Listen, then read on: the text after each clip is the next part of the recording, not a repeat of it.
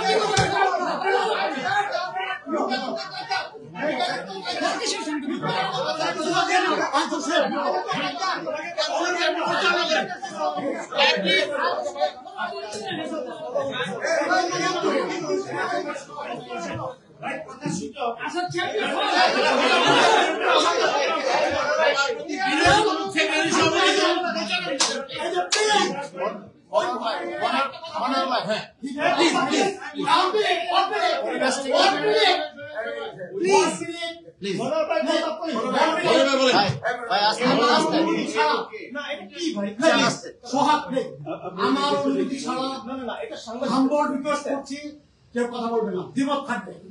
Press club মানে ভিন্ন মতের জায়গা, বিভিন্ন মতের লোক বলতে হবে। আমি জুলাই আন্দোলন সমর্থন করছি, একজন করে নাই, হতে পারে।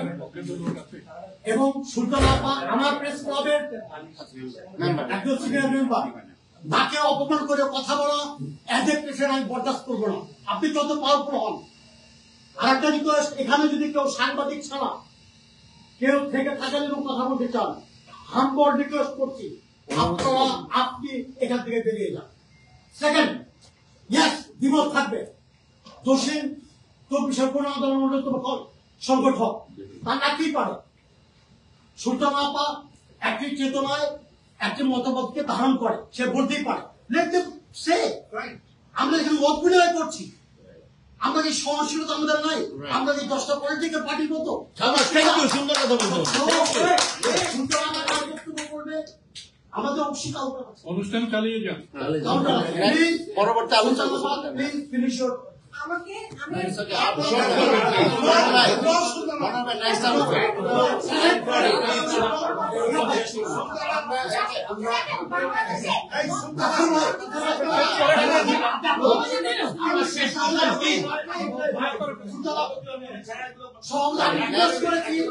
সভাপতির অনুমতি ছাড়া যদি আপনারা কথা বলেন আই ফিরাও প্লিজ। আপনারা যদি আমরা কন্ট্রোভার্সিয়াল বক্তব্য দিতে চাই না। আপনিও এই ক্লাবের একজন সিনিয়র সদস্য এবং কমিটি সাংবাদিক, সবাইকে ধন্যবাদ। অনেক ধন্যবাদ। আমি বাংলাদেশের মুক্তিযুদ্ধের চেতনায় বিশ্বাস করি, সেটার জন্য আমাকে যত লড়াই করতে হয় আমি করবো। সেটি যদি কেউ আমাকে ফ্যাসিস্ট বলে, আমি proud to be fascist. And you are racist. Yes.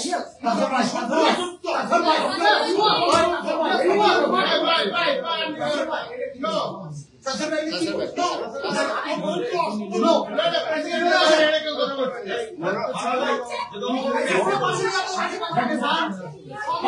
Next আলোচক ঘোষণা করেন।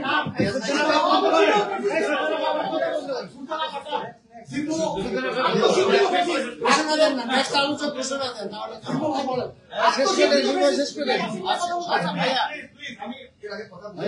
আপনার প্রতিবাদ আমরা করছি, একটু পরিবেশটা একটু ভাই। ইসলামে যারা জঙ্গিবাদ কাজ করছে,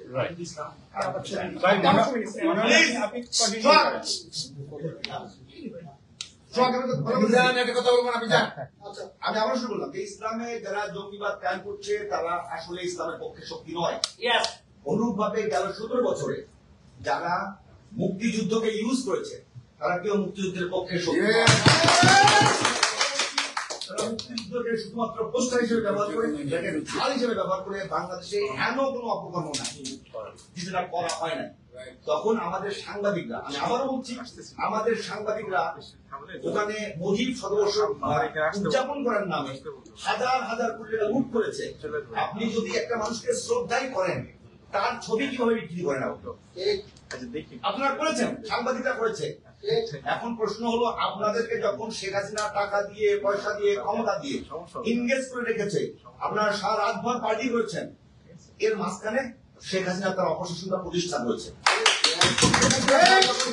হয়ে গেল যে যখন মানুষ খুন করছে, আপনারা সাংবাদিকরা গিয়ে তার ভবনে গিয়ে সেখানে গিয়ে এই খুনের পক্ষে কথা বলে এসছেন। আপনি খুনের সাপোর্টার না, আপনি আসামি হবেন না, আমি হব।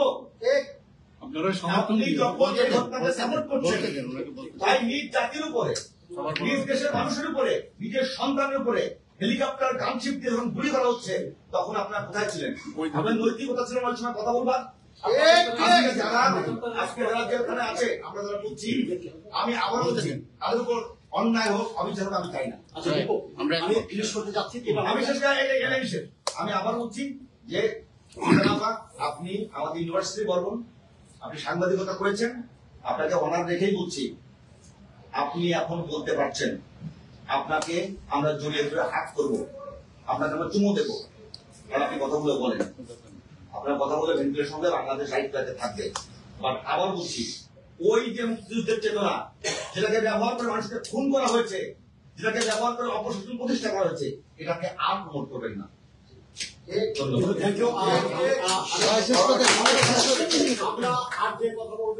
আসলে আমাদের ছিল পেশাদারিত্ব নিয়ে, সেই জায়গায় পলিটিক্যাল বক্তব্য আসছে। আমরা 10 জনের মানুষ, যদি আমাদের কোনো ভুল হয়ে থাকে, আমাদের কোনো বন্ধু সহকর্মী জেলা বসত আগে বসত কোনো পদক্ষেপ করে আসে, এবং আবারও বলছি যে this is the beauty of democracy. সুলতান আবা এক লাইনে বলেছেন, বড় ভাই হয়তো গণঅভ্যুত্থানের নেতৃত্ব দিয়েছেন, তারা আবেগে লেগেছেন, থাকতেই পারে, উই সব করছেন, but we R same community, we are Bangladeshi community. আমরা বাংলাদেশকে ভালোবাসি বলেই এত উত্তেজনা নিয়ে কথা হয়। সুতরাং আমরা শেষ করে দিতে যাব। আমাদের দিনেশ ভাই আছেন, এরপরে আমরা বোধ হয় ধন্যবাদ, আমরা একটু হাসি মুখে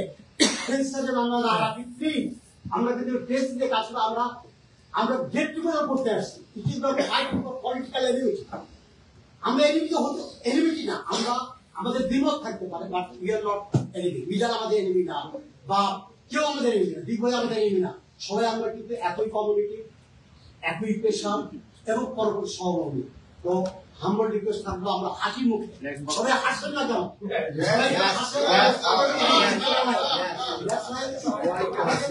কনিষ্ঠ মেম্বার আছে আমাদের, দীর্ঘদিন এনডিপিতে কাজ করেছেন, আব্দুর রহিম, এখানে টাইমিংতে কাজ নিয়ে অনেকদিন ছিলেন, বাংলাদেশে আমাদের শুভেচ্ছা দিবেন। এরপরে বোধহয় আমাদের অনেক বক্তব্য আছে, যে দীপও বলতে যাচ্ছে, আমি দীপকে ধরছি, যে দীপ আর দরকার নাই। আমি একটা বলি, আমি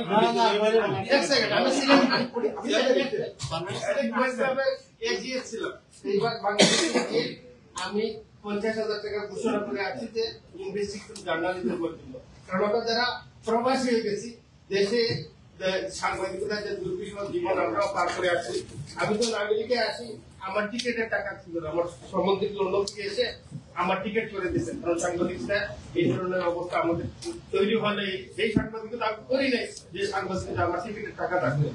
আমি দেশে গিয়ে বললাম যে এই সিলেট টেস্ট করতে আমি 50,000 টাকা দেবো, ইনভেস্টিগেশন রিপোর্ট নাই, একবারে দেবেন না, বছরে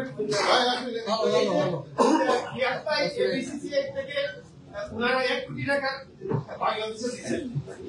এই ধরনের হয়তো ঘোষণা দেবেন যে আপনারা সাংবাদিকতা করেন, আপনাদেরকে আমরা পুরস্কৃত করবো। আপনারা কোন প্রস্তাবনা আমাদেরকে দেন, আমরা যারা প্রবাসী হয়ে গেছি, সাংবাদিকতা ছিলাম, আমরা আপনাদের পাশে সহযোগিতা করবো। ঠান্ডাকাটি করে লাভ নেই, দেশে যারা যায় দেশে থেকে ফিরে আসে তখন একটাই প্রশ্ন থাকে যে দেশে কি কোনো পরিবর্তন দেখছেন কিনা। আমি দেশে গিয়ে একই প্রশ্ন করেছিলাম সবাইকে, আমাকে পাল্টা আমাকে প্রশ্ন করছেন আপনি এসে কি দেখছেন। তো আসলে এটা খুব বিব্রতকর প্রশ্ন, এটা উত্তর দেন না আপনারা কিছু, আপনারা দেশে কি পরিবর্তন দেখছেন। আসলে যে আকাঙ্ক্ষা নিয়ে বিপ্লব হয়েছিল, যে আকাঙ্ক্ষা পূরণ হয়ে যায়, আমরা নিশ্চিতভাবে আকাঙ্ক্ষা পূরণ করবো এই আহ্বান জানাচ্ছি।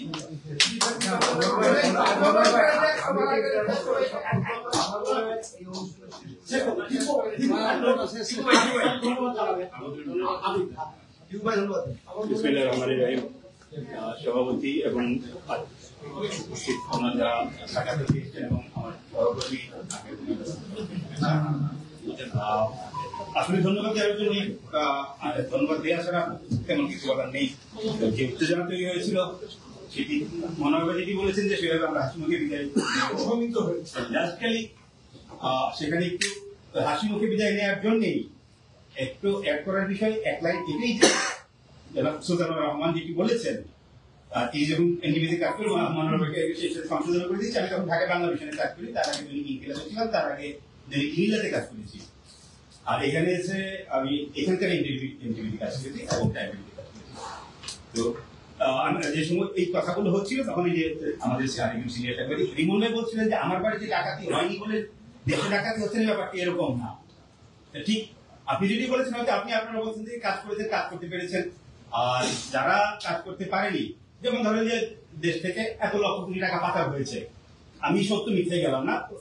প্রেস কনফারেন্সে প্রধানমন্ত্রীকে তো জিজ্ঞেস করা যেত যে এটি কি পাচার হয়েছে কি হয়নি, আপনি উত্তর দিন, তিনি উত্তর দিতেন। কিন্তু প্রেস কনফারেন্সে গিয়ে আমি যদি বলি যে প্রশংসা করতে এসেছি, সেটি আর সাংবাদিকতা থাকে না। ধন্যবাদ।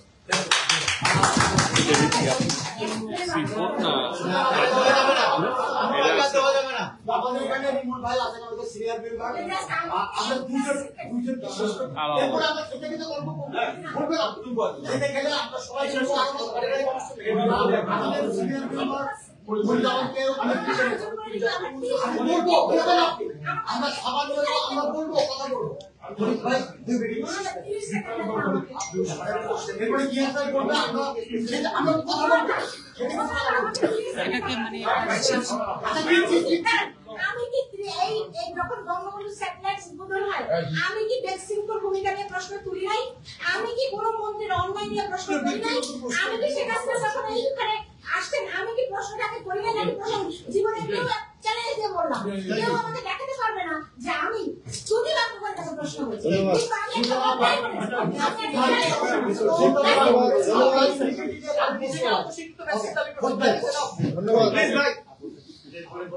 ধন্যবাদ সবাইকে। আমি আর কোনো ভূমিকা রাখলাম না। আমি প্রথমেই ধন্যবাদ জানাবো ঢাকায় যারা সাংবাদিকতা করে, এখন করছেন আর কি, বা বিগত 1.5 দশকে যারা করেছেন, আমি মনে করি তাদের সাংবাদিকতা আমাদের এইখানকার 10 বছরের সাংবাদিকতা আর তাদের 1 মাসের সাংবাদিকতা সমান। আমাদের 200 লাইন এবং তাদের 10টা শব্দ সমান, কারণ তারা একটা জ্বলন্ত উনুনের উপরে বসে তারা একটা শব্দ লিখেছে। আমরা যারা প্রবাসে থাকি আমরা ইচ্ছা করলে অনেক কিছু লিখতে পারি। আমরা যেমন জসিম যেটা বলেছে কিংবা কালামের অনেক কিছু আমি ফলো করি, তারা যে জিনিসগুলো ফেস করেছে আমরা সেগুলো ফেস করি। তো তারপরেও 2021 সালের 23 সেপ্টেম্বর হাসিনার এই যুক্তরাষ্ট্র সফর নিয়ে আমি একটা কোশ্চেন করেছিলাম যে করোনার সময় কি এই 240 দিনের সফর কি প্রয়োজন ছিল কিনা, সেই জন্য আমাকে শারীরিকভাবে ব্যবস্থা করা হয়েছিল। একইভাবে বলি, আজকে আমি হোটেল গ্র্যান্ড হায়াতে আমি শফিকুল আলম ভাইকে জিজ্ঞেস করেছিলাম যে আপনার প্রেস করে কয়জন মেম্বারে? 5 জন। আমি প্রশ্ন করলাম যে রাষ্ট্রীয় খরচে কি 5 জন দরকার ছিল কিনা? আসলে দরকার নাই। 2 জন কার সাথে ঢুকতেছে এর থেকে আধা আমার কিছু ডকুমেন্টস আছে, কোথায় কোথায় যাচ্ছে সবকিছু জানি। ফলশ্রুতিতে কি হলো, উনি বলল এই জন্য গত বছরে আপনাকে আমরা ব্ল্যাক লিস্ট করতে চাইছিলাম। জিনিসটা হলো সাংবাদিকতা যেটা বলছে একই রকম রয়েছে, কোথাও কিছু নাই। কিন্তু সত্যি ঢাকা যারা সাংবাদিকতা করতেছে যে অবস্থায় সুলতান আমার খুব ঘনিষ্ঠ লোক, আমরা একসাথে দীর্ঘদিন কাজ করছি, সে খুবই বোল্ড সাংবাদিক। তারপরও যেটা বিগত 1.5 দশকের সাংবাদিকতা আসলে 10 জনে অথবা 20 জনে নষ্ট করেছে। ও যে ঈশ্বর যেটা বলছে যে ইচ্ছা করলে প্রধানমন্ত্রী প্রশ্ন করা যেত, করা হয়তো যেত, কিন্তু আমরা প্রশ্ন করার চেষ্টা তো করি নাই, আমরা ওই নিয়ে করছি ড্রাম ঢেলে ঢেলে দেওয়ার ফলে এই যে একটা করলে গুম খুনের ভয় ছিল, যেটাই থাক এই যে একটা অবস্থা সৃষ্টি হয়েছিল সে কারণে কিন্তু অনেকে সেটা পারেনি। তারপরেও আমি বলবো যে তারা এই সময়ে আজকে যারা এই নিয়োগ সফর করছেন তারা যে টিকে ছিল, নিজেদেরকে টিকে রেখেছিলেন, তারা যে বেঁচে আছেন, তাদের যে সংসার চলেছে, তারা যে খেয়ে পরে সন্তানদের লালন পালন করেছেন। আমরা জানি ঢাকা শহরে কি পরিমাণ খরচ, আমরা আমেরিকায় থাকি বলে সেটা বুঝি না। একটা আমি এরকম বলতে পারবো 20 বছর চাকরি করে এখন 40,000 টাকা বেতন পায়, 35,000 টাকা বাসা ভাড়া, এই ভেঙে কান্নাকাটি করে। ইলিয়াস ভাই সাক্ষী, গত 3 বছর যখন মুশফিকুল ফজল আনসারীর সাথে গত 4 বছর আগে থেকে আমরা এই করলাম, ঈদ আসলে বহু সাংবাদিক আছে আমাদের ঘনিষ্ঠ, এখানে হয়তো অনেকেই বলে না, লজ্জার ভয় সাংবাদিকরা বলতে পারে না সে কিভাবে চলে। আমরা একটা ফান্ড করেছিলাম, ইলিয়াস ভাই জানে, আমরা জেনে যখন প্রথমে আমরা 10 জনের জন্য করছিলাম, পরবর্তীতে এটা মুশফিকুল ফজল আনসারীর নেতৃত্বে আমরা 100 জনকে দিয়ে আমরা দেখছি যে তারপর হয় না, কেউ 10 কেজি গরুর মাংস কিনতে পারে না। তাহলে তারা কি শুদ্ধ সাংবাদিকতা করছে না? তারা তো এর মধ্যে টিকে থেকে করছে। সুতরাং আমি আবারও ঢাকা শহরে শুধুমাত্র এই যে অন্তর্বর্তী সরকারের সময় কথা আমি বলবো না, বিগত সব সময়ই যারা ঢাকা সাংবাদিকতা করে, বিশেষ করে বাংলাদেশে যারা সাংবাদিকতা করে এবং ভালো সাংবাদিকতা, তারা হচ্ছে বেস্ট জার্নালিজম করে। এই দেশে সাংবাদিকতা আসলে কোনো সাংবাদিকতা না, আমরা যেটা করি তারা বুঝাতে করে। ধন্যবাদ সবাইকে। আমাদের আরো দুজন উঠে আসছে, হাসিম ভাই সাপ্তাহিক সারাকালের এডিটর, আর আমাদের তামান্নামও আমাদের প্রেস ক্লাবের নতুন সদস্য। আপনি কি আপনার সাথে আজকে ধন্যবাদ দিব আমাকে আপনারা প্রেস ক্লাবের সদস্য হিসেবে নির্বাচন করেছেন, সেজন্য সবাইকে অনেক ধন্যবাদ। আমার নাম তামান্না। আমি 20 বছর বাংলাদেশে বাংলাদেশ সিনিয়র নিউজ প্রেজেন্টার হিসেবে কাজ করেছি। বর্তমানে টাইম টেলিভিশনের ব্রডকাস্ট জার্নালিস্ট এবং নিউজ প্রেজেন্টার হিসেবে কাজ করছি। আমি সেন্ট জনস ইউনিভার্সিটিতে আরেকটা পড়তে হয়েছে, আর এখানে ডক্টর ফেলো হিসেবে পিএইচডি করতে এসেছি। আমার বিষয় হচ্ছে মাস কমিউনিকেশন এবং জার্নালিজম। আপনারা সবাই দোয়া করবেন এবং ভালো থাকবেন। আমাদের ক্লাবের নতুন মেম্বার এখানে আক্তার ভাই আছেন, আমাদের ক্লাবের নতুন মেম্বার। আমরা বোধহয় জেন্টসরা কমেছে নাকি ভাই? আমাদের সবাই খুশি হবেন। আমাদের ঘনিষ্ঠজন আমাদের ক্লাবের অনেক প্রোগ্রামে আমাদেরকে হেল্প করেন, প্যাট্রোনাইজ করেন, সাংবাদিক এটা বলতে দ্বিধা আমাদের পিয়ার ভাই এখানে উপস্থিত আছেন, আমাদের শুভেচ্ছা জানাবেন। আমি মনে করি যে ওনার বক্তব্য যদি আমরা খুশি মনে কিছু খেতে পারি। Thank you. বসে বলেন।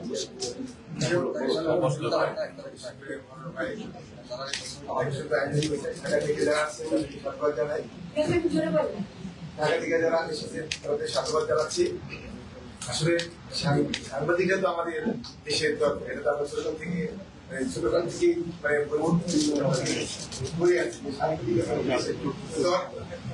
অনেক সাংবাদিক আছেন যারা অনেক ভালো পেশা, ভালো চাকরি পাওয়ার পরও চান না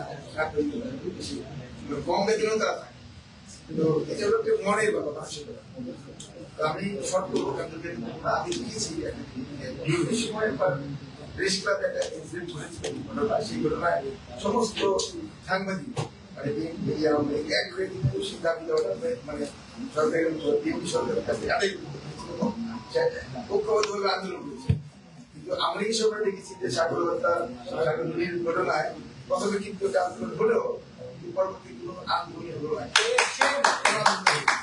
মানে তাহলে মানে এত বড় একটা ঘটনা, প্রেস ক্লাবে একটা ঘটনা ঘটছে, সেই ঘটনার কারণে সমস্ত সাংবাদিক এক হয়ে গেল। সাগর নদীর ঘটনায় কোন এক হলো না, সাংবাদিকদের একটা বিক্ষোভ করা হয়ে যাচ্ছে, আমার প্রেস মিনিস্টার বানানো হলো, বড় বড় পদ দেওয়া হলো, দেখি যে তারা আন্দোলনে তাহলে ঘটনাটা কি? এখন এই যে যেটা দীপভাই সঙ্গে কথা বলেছেন যে যারা নাকি জঙ্গি, তারা কিন্তু আর বড় হয়ে জঙ্গিরা কিন্তু যারা মাদ্রাসায় বা বাজারে বমি করে ইসলাম, তারা কিন্তু ইসলামের নামে তারা জঙ্গি মনে করছে। আমরা অনেকেই আছেন আমরা ৭১কে ব্যবহার করে জঙ্গি মনে করছি, কিন্তু বাস্তবতা। সেক্ষেত্রে এখন ৭১-এর কথা বললে মানুষ কেন যেন মানে খেতে চায়, এখন ২৪ খেতে চায়, এরকম বুঝতে। সেখানে আমাদের ৭১ এবং ২৪ দুটো আমাদের ছিল। আর ৭১-এর চেতনা অবশ্যই আমাদের ধারণ করতে হবে কি গণতন্ত্র, ভোটের অধিকার, সাংবাদিক স্বাধীনতা, মানুষের ন্যায় বিচার, এটা তো ৭১। এখন সেই ক্ষেত্রে যেরকম শাসন করছি ৭১ না। যাই হোক, আমরা বলছি সাংবাদিকদের ধন্যবাদ জানাই। সাংবাদিকদের মানে অনেক কষ্ট করেছেন, অনেক এই আগামীতে যে সরকারি আসবে, আমার পছন্দের সরকার যদি আসে, আমরা তার কাছ থেকে চাবো না যে এই ধরনের প্রবাসীরা ভাবছেন কারণ প্রবাসীরা আমাদের ছেলে মেয়েদের অনেক অর্জন আছে, আমাদের ছেলে মেয়েরা ভালো ইউনিভার্সিটিতে যায়, ভালো জব করে। বাংলাদেশে কিন্তু আমরা গণতান্ত্রিক পরিবেশ হয়, হত্যাযোগ্য চলে, ন্যায় বিচার লুণ্ঠিত হয়, তাহলে আমাদের ছেলেমেয়েরা এদেশে নিউজে পড়ে তখন তাদের মাথা হেট হয়ে যাবে। কিন্তু আমাদের স্বার্থটা হলো দেশ ভালো থাকে। Thank you.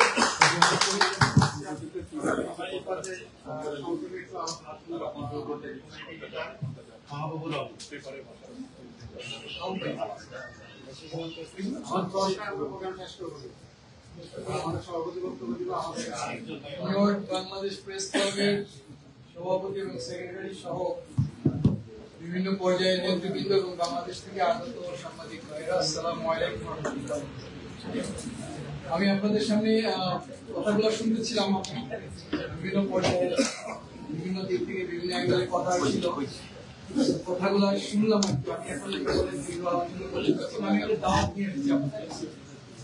দাওয়াতটা হলো বাংলাদেশ জামাত ইসলামের নায়েবে আমির ডক্টর আব্দুল্লাহ মোহাম্মদ তাহের, উনি নিউ ইয়র্কে আসছেন। ওনার একটা গণসম্বর্ধনা অনুষ্ঠান হবে 26শে সেপ্টেম্বর অ্যাস্টোরিয়া ওয়ার্ল্ড মেমোরিয়াল। আমি আপনাদের সবাইকে দাওয়াত দিচ্ছি, আপনারা সবাই এই প্রোগ্রামে আমন্ত্রিত। আশা করছি আপনারা সবাই যাবেন। এবং টাইমটা 6:30। তো আমি আপনাদের সবাইকে দাওয়াত দিচ্ছি। সম্মানিত আমরা প্রোগ্রাম শেষ করতে আমি সমাপনী বক্তব্য দেওয়ার জন্য অনুরোধ করবো আমাদের প্রেস ক্লাবের সমাজের সভাপতি মালাব ইসলাম। আমিও বারবার বলছি যে আসলে আমি খুবই দুঃখিত। আমরা অনেকেই মনে করেছি যে একটা কারণে হয়তো বিগত শুরু করেছি, আপনারা যদি কেউ আঘাতপ্রাপ্ত হয়েছে কারণ কথায় আমাকে মাফ করবেন কি না তাই বলে বিজন ভাই সবাই মাফ করছেন তো? আসলে মানে এটা নেহাই কিন্তু আড্ডা ছিল, তারপরও আমরা দেশকে ভালোবাসি বলে আমাদের আবেগটা বিভিন্নভাবে প্রকাশ করেছে। তো সবার কাছে দুঃখ প্রকাশ করছি বলে ভুল ভেবে থাকলে this is Assam phenomena. New York Bangladesh press club সহ আমাদের এই কমিউনিটির আজকের যে প্রোগ্রামটা হয়েছে গত 15-20 বছরে এই ধরনের সাংবাদিকদের নিয়ে এই ধরনের কোনো প্রোগ্রাম হয়নি। আমরা মুক্ত আলোচনা সবাই আসছে, বিশেষ করে ঢাকা থেকে যারা আসছেন এবং ঢাকাতে যারা কোথা দিয়ে বলি ঢাকাতে যারা শান্তি পড়েছি বা আমরা করছি এই ধরনের আলোচনা করার আমরা সুযোগ পাইনি। আপনাদের দিয়েছে আমরা করেছি, আমরা প্রাউড করি, আপনাদের কাছে কৃতজ্ঞ। আমরা তেমন খাওয়াতে পারছি না, এই ভুনা খিচুড়ি আর গরুর মাংস করছি।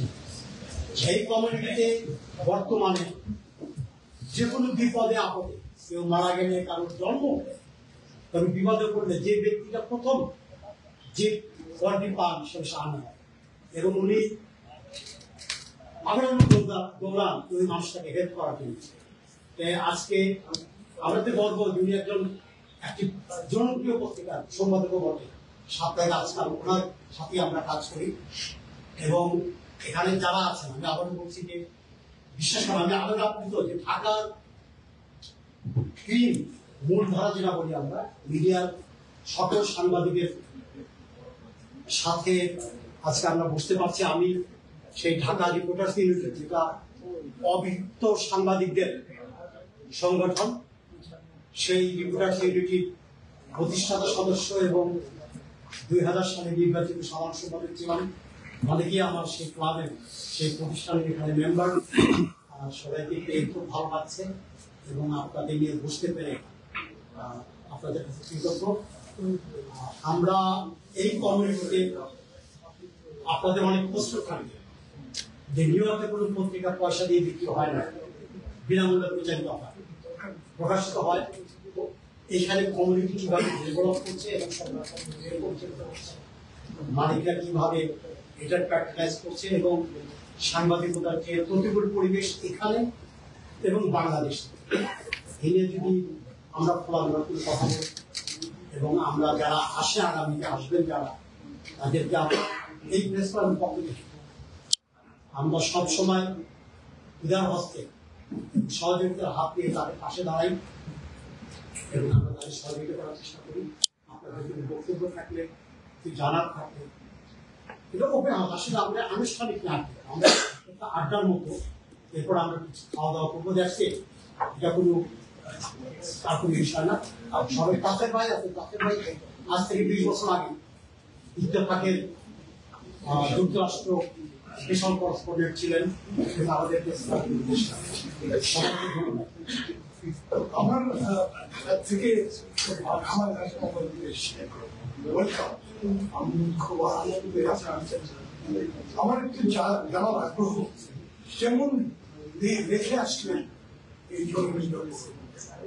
আমার তো থাকি বাইরে, এই কালে ভদ্রে যায়নি। আপনারা যদি একে একে আপনাদের অবস্থাটা জানান আমার ভালো লাগবে। এগুলো নিশ্চিতে আপনারা যদি বলেন কেমন রেখে আসলেন?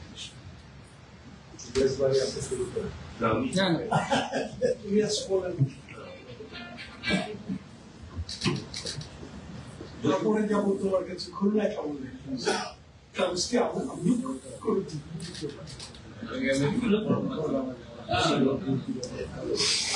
আপনাদের জিনিসগুলো একদম কথা এই কারণে যে আমাদের শহরে খুলনা এবং আমি ডাকবিলের মোড়ে আমার বাড়ি, এই জাকির ভাইয়ের পাশে বাসা।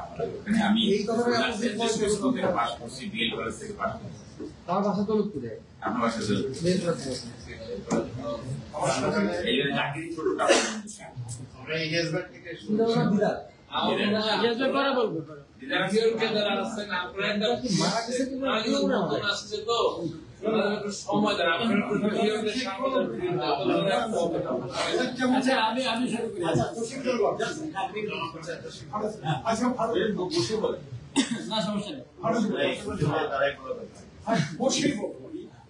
Thank you. আপনারা আমাদেরকে সম্মান দিচ্ছেন, আমরা খুশি আনন্দিত। বাংলাদেশ নিয়ে আপনারা যারা আমাদের 20 বছর 30 বছর 40 বছরের সিনিয়র তারা নিশ্চয়ই ভালো জানেন বাংলাদেশের সংবাদপত্র, বাংলাদেশের পলিটিক্যাল কমিটমেন্ট দুটাতেই দারুণ ঘাট। বাংলাদেশের যারা পলিটিক্স করেন তারা দেশ নিয়ে ভাবেন না। আওয়ামী লীগ, বিএনপি, জামাত, জাতীয় পার্টি, হোয়াট এভার ইজ, কেউই ভাবেন না। বাংলাদেশে যারা সাংবাদিকতা, আমাদের সাংবাদিকদের ম্যাক্সিমামই দলদাস, এটা 90% বলতে পারে, যেটি কোনোভাবেই হওয়া উচিত ছিল না। হয়েছে বিকজ আমাদের মধ্যে আসলে কোনো দেশপ্রেম নাই। সরি, আমি এটা বলবার কারণে আপনারা যারা বিদেশে থাকেন আপনাদের মধ্যে কিছু গ্রহ হয় যে না বাংলাদেশটা কিছু করা দরকার, কিন্তু আমরা যারা বাংলাদেশে থাকি বাংলাদেশের কোনো লোকের কোনো দেশপ্রেম নাই। এখানে আপনার মোরালিটি তো নাই। বাংলাদেশের সংবাদ মাধ্যম, এই যে এখানে আছে, যদি অবজেক্টিভ জার্নালিজম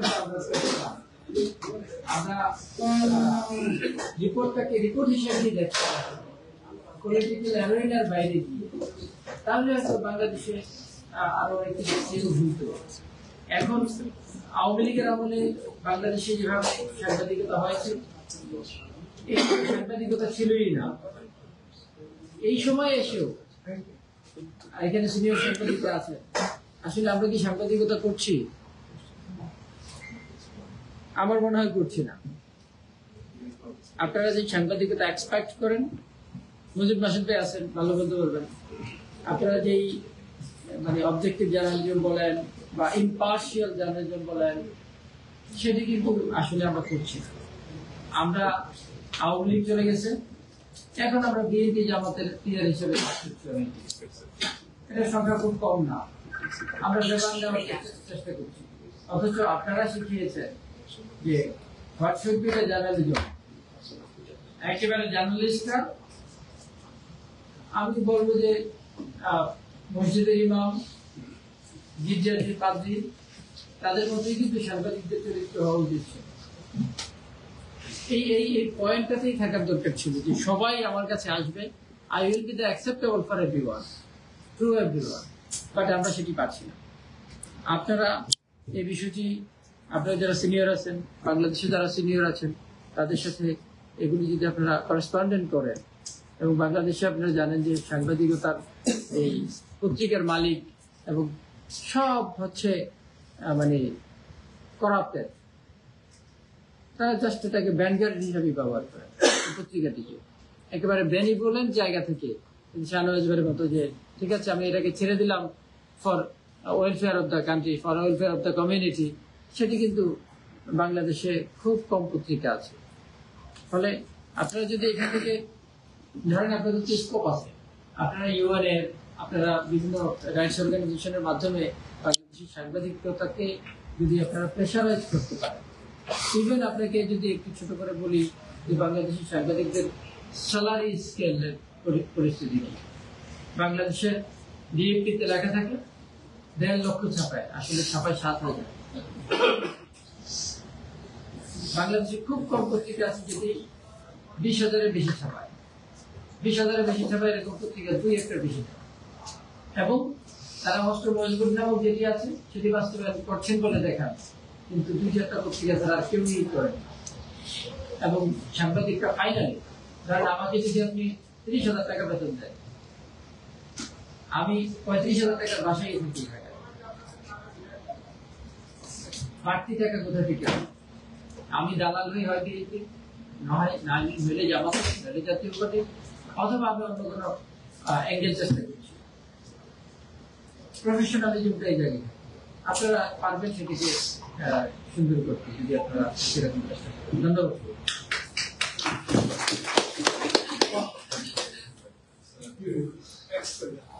তারপরে যে যারা ঢাকা থেকে আসছে আমাদের নাম টেলিফোন নাম্বার জসিম অনেক কথা বলছে, আবার ওর মতো করে আমি অনেক কথা বলতে পারবো না। তবে সাংবাদিকতা আসলে প্রফেশনটা সবসময় চ্যালেঞ্জিং, এটা যে কোনো গভর্নমেন্ট বলেন বা যে কোনো প্রশাসন বলেন, আমরা ওকে সবসময় ফেস করি। আপনারা যখন ছিলেন আপনারাও সেটা দেখেছেন। ভাইরা যখন সাংবাদিকতা তখন হয়তো মালিক পক্ষের ওরকম একটা এটা কম ছিল, এখন আরো বেশি হয়েছে।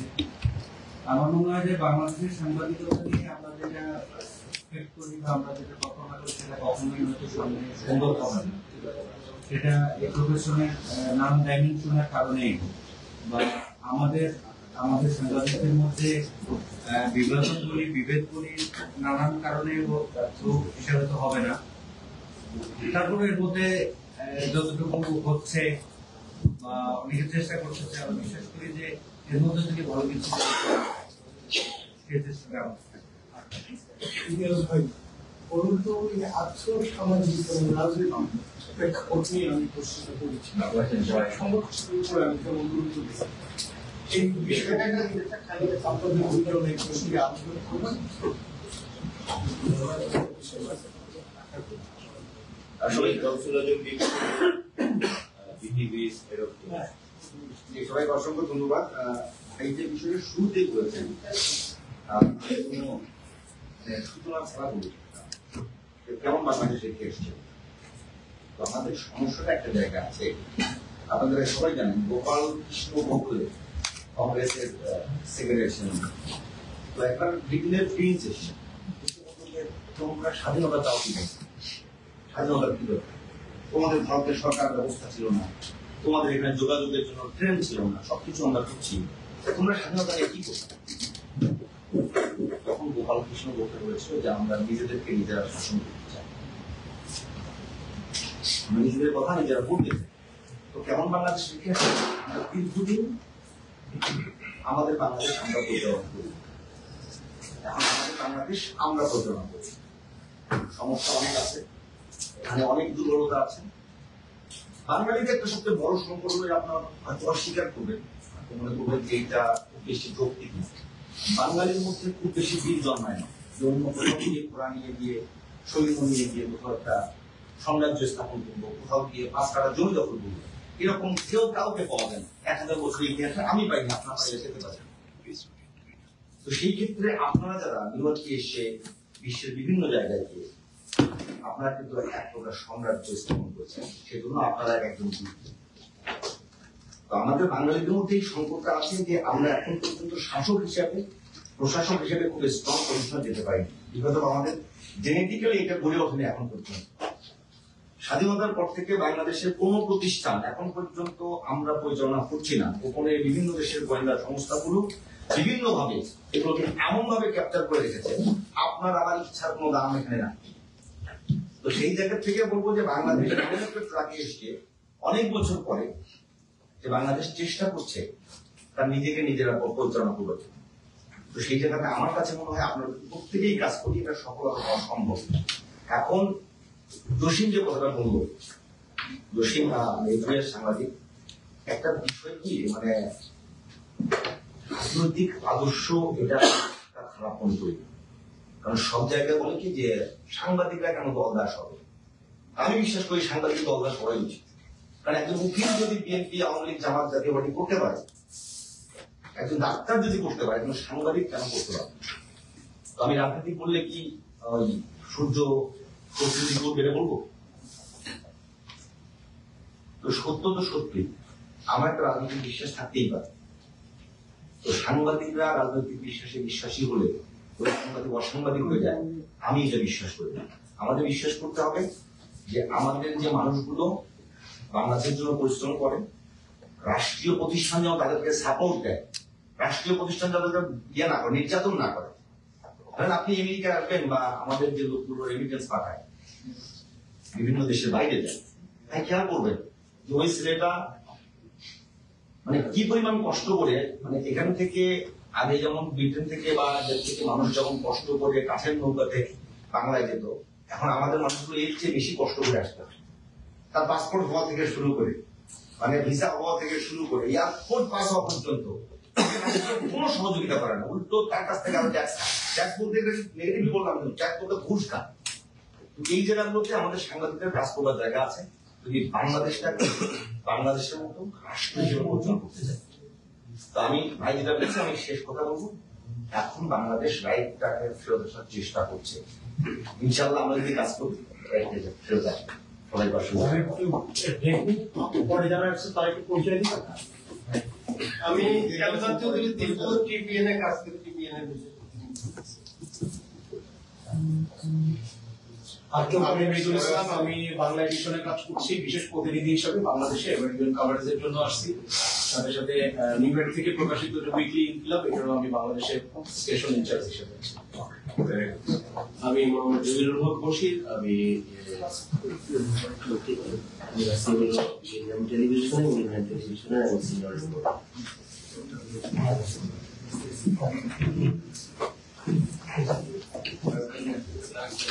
আমি আপনাদের ভোট থেকে বের করে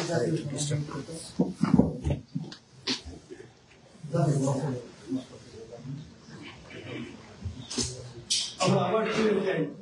আমরা সাদাকে আপনারা কি বলছেন? সাদাকে সাদা আর কালাকে কালো, সাংবাদিকরা তাই করে। এইটা কেন আমরা বলতে পারছি না?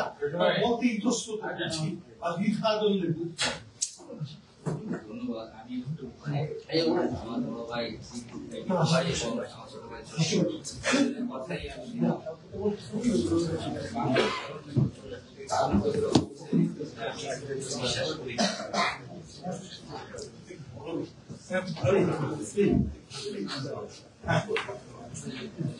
বাংলাদেশ এখন বাংলাদেশ চলার চেষ্টা করছি,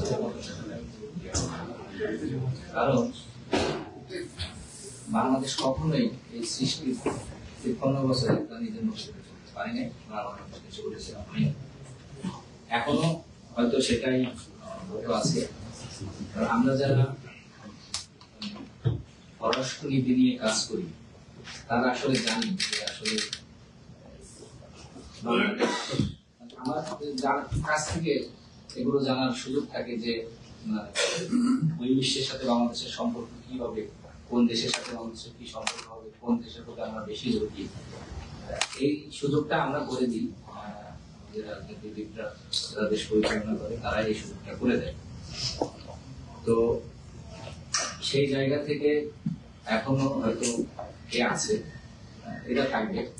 তবে বাংলাদেশের চেষ্টা করছে, আপনারাও যারা আছেন তারা ভূমিকা রাখতে পারে আমাদের, যাতে তার শিবদারাটা উঁচু হয়ে বলতে পারে যে না, আমি নিজেই আমাদেরটাকে, আমি নিজের সিদ্ধান্ত আমি নিজে নেব। আমার ডোনাল্ড ট্রাম্প বা নরেন্দ্র মোদী বা শি জিনপিং এর আমার সিদ্ধান্ত, আমার দেশের মধ্যে সিদ্ধান্ত নিবে না। আমরা কি করবো সেটা আমরাই ঠিক করবো, এটা হচ্ছে বিষয়। আর পারছি না সেটা আমরা বাংলাদেশের সাংবাদিকতাটা এখনো আমাদের প্রাতিষ্ঠানিক যে একটা শিল্প, এটা এখনো সেই শিল্প আমরা বলি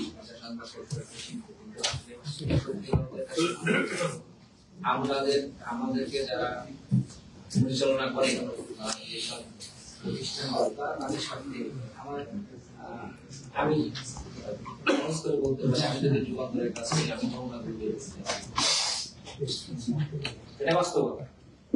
আমি যদি প্রথম আলোতে কাজ করি, আমি সাবস্ক্রাইব করবো, তার মালিক পক্ষে পলিসির বাইরে যেতে পারে, এটা হচ্ছে এসি কি করবো সেই জায়গা থেকে। এসি ছিল তো আমাদের বাংলাদেশের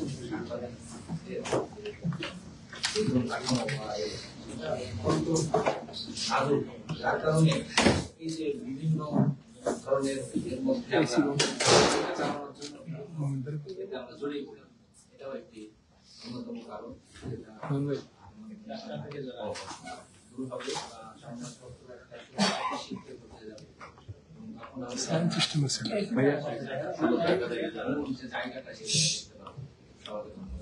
আবারও আমার জানার আগ্রহ, বিশেষ করে সামাজিক এবং রাজনৈতিক প্রেক্ষাপটে আমরা নিতে পারতাম যে অবস্থা, এই অবস্থার উত্তরণের বিকল্প ধন্যবাদ।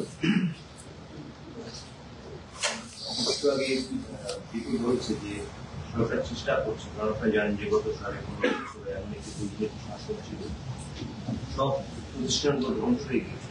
সাংবাদিকদের বলে সব যে বাংলাদেশের নির্বাচন প্রতিনিধি বাড়াতে পারে, পার্লামেন্টে আপনি স্থানীয় সরকারের কোনো প্রতিনিধি বাড়াতে পারবেন না, আপনি কোনো পেড করে নির্বাচন ছিল। এবং সে কারণে যে নেতৃত্বের সাথে যে সাধারণ মানুষের যোগাযোগের একটা বিচ্ছিন্ন, এর প্রভাব কিন্তু আজকে আমরা হারিয়ে রেখেছি। যেমন হিসেবে সংবাদপত্রের করে একটা বলি আন্দোলনের করে সাংবাদিকতার সবচেয়ে ভান্ডারের পেশা বাংলাদেশে, চেয়ার ঝুঁকে কোনো কিছু, যেমন ধরুন এটা একটা যুব সমাজকে ধ্বংস করার পেশা। এই অর্থে যারা সাংবাদিক আসতে চায়, ধরুন আমাদের দেখে যারা সিনিয়র যারা দেখে, তাদের সব এক্সেস আছে, সব জায়গায় কথা বলতে পারে, এটা দেখে ধরুন একটা ইউনিভার্সিটি গ্রাজুয়েট সাংবাদিকতা রুখে তার জন্য সামান্য বেতন কিন্তু আর পারে না, বেতনটা নিয়মিত অধিকাংশ কিন্তু 5টা ম্যাক্সিমাম 10টা পত্রিকায় বেতন হয়ে গেছে, আর বেতন ঢাকায় কিন্তু 500 বেশি দৈনিক আছে। এই একটা চক্র করে উঠছে। আমার বয়সের কারণে আমার বন্ধু বান্ধব এখন বিভিন্ন জায়গায় ভালো প্রতিষ্ঠান আছে, প্রতিদিন 4-5টা নালিশ করে সাংবাদিকরা কিভাবে ব্লাক করতে বাধ্য হয়। বেতন 30,500। যেমন আমরা এই 3 জনের ঢাকা বিশ্ববিদ্যালয় গ্রাজুয়েট, জোসেফ গ্রাজুয়েট, একটু আগে বলেছে ফারুক, সেও ঢাকা বিশ্ববিদ্যালয় গ্রাজুয়েট। আমাদের তো লাইফের মিনিমাম স্ট্যান্ডার্ড আছে, এই স্ট্যান্ডার্ড যদি মেনটেন করতে আপনি ঢাকায় 2 নম্বর বেতন, বাসায় দিকে আপনার 40,000 টাকা। আমি যে কথাটি বললাম যে এই যে চক্র করে উঠছে, আর একটি কথা হিসেবে সাংবাদিকতা জৌলুর থেকে আসে, জৌলুরটা রক্ষা করতে পারে। ধরুন 500 দৈনিক আছে, প্রত্যেকটি দৈনিক কিন্তু রিপোর্ট আছে, এবং যে কথাটি আগেও বলেছি আবারও বলি, 10টি পত্রিকা 5টি টিভি চ্যানেল এর বাইরে নিয়মিত একসময় চাকরি করছে, সরকারি চাকরি বা অন্যান্য প্রতিষ্ঠানের চাকরি, এটি একটি বিরাট সংখ্যা। এবং যুবকদের আমরা বিপদ এবং প্রচুর ব্রেন ড্রেন হচ্ছে। যারা বিশ্ববিদ্যালয়ে পাবলিক বিশ্ববিদ্যালয় পড়ে আমাদের এটি এখন চলছে। দেশের আত্মসামাজিক অবস্থা যদি আপনি বলছেন, আরেকটি কথা দেশ এখানে পার্লামেন্টের সব সরকার আমাদের যে পত্রিকা এক পত্রিকা চলে না বাংলাদেশ, সেই পত্রিকা বলা হয় 2 বছরের তালিকা, প্রতি বছরের তালিকা। দুর্ভাগ্যজনক কিছু হতে পারে। আমরা বিভিন্ন সময় টকশোতে বা বিভিন্ন ফোরামে বলি, কিন্তু পুরো প্রতিকার ঢাকায় ব্যাঙের সাথে আমাদের পত্রিকা হচ্ছে, টেলিভিশন হচ্ছে, আইপিটিভি আছে। আপনি কোনো প্রোগ্রামে যাবেন 200 আইপিটিভি 200 মজু জানুয়ারি শেষে দাঁড়ায়। তারা এখন প্রোগ্রাম শেষে আমি নিজের প্রেস করে সেটেছিলাম, আমি নিয়মিত নাচ প্রোগ্রাম শেষে তাদেরকে টাকা দিই। এরা থেকে কষ্ট করে আসছে, কি করে আসছে, এগুলো কোনো মানদণ্ড নেই। একমাত্র পেশা, যেমন আপনি ল পড়লে কিন্তু আপনি অ্যাডভোকেট হতে পারবেন, আপনার কিন্তু বার কাউন্সিলের সার্টিফিকেট, আপনি ডাক্তারি পাস করলে কিন্তু ডাক্তারি করতে পারেন, আপনার কিন্তু বিএমডিসি সার্টিফিকেট। এটি একমাত্র পেশা সাংবাদিক। এখানে কোনো কি বলে এটি যে আপনি বলবেন আপনি ন্যূনতম যোগ্যতার সার্টিফিকেট কিন্তু আমরা জানি এবং এই পেশাটা শেষ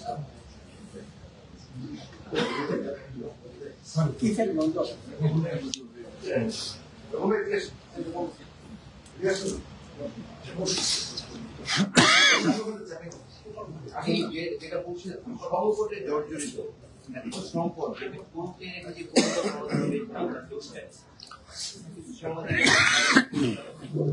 আগে একটু কোন দিনে বলে যাবে বহুবিধ সংকট বলছিলাম যে প্রস্তাবে আমি যখন ফিরে এসেছিলাম 8-10 জন করলেই এই অবস্থায় ইনফ্লেশন এত হয়েছে, West bed even West board যদি কোনো থেকে ইমপ্লিমেন্ট করে সেই ওয়েস্ট বোর্ডের টাকা দিয়ে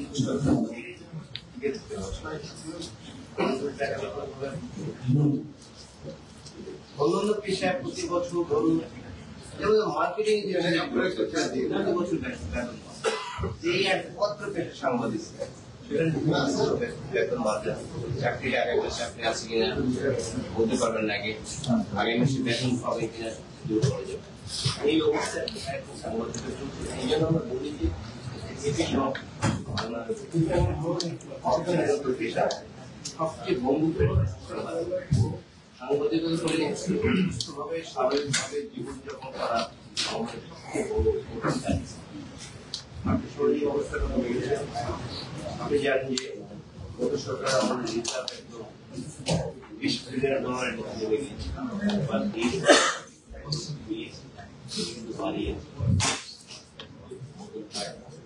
আরো আরো আরো ভালো করার সুযোগ আছে এবং এই জন্য কিন্তু আপনাদের অপশন আছে যারা দেশের বাইরে থাকে।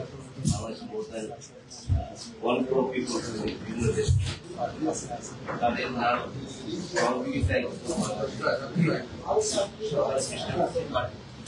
বিপুল অর্থ লুটপাট করা হয়েছে, স্ট্রাকচার করা হয়েছে। আমরা একটা বাস্তবতা জানি যে ইনস্টাগ্রামের ব্যাপক দুর্নীতি, তার সাথে 5,000 টাকা দেশের এই গত সরকার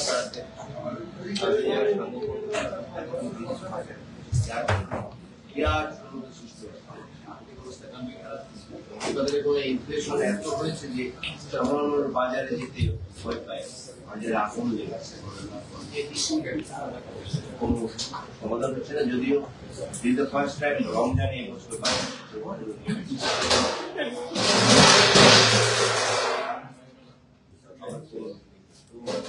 ওদিকে যারা চেয়ারম্যান পাইছেন ওদিকে কালিয়াসে আসতে পারেন। আমি একটু আমাদের এরপরে অনেকেই এসছে, আমরা একটু আমরা চিনি যারা পরে এসছে একটু পরিচয়টা দিলে মনে হয় ভালো হয়। পরশুর দিকে শুরু হয়।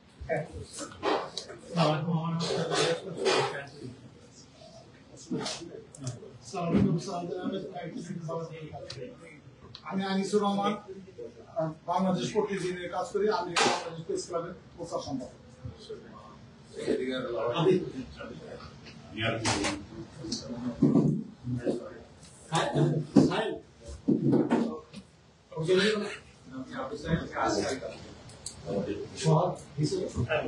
ওইদিকে মাহবুব রশিদ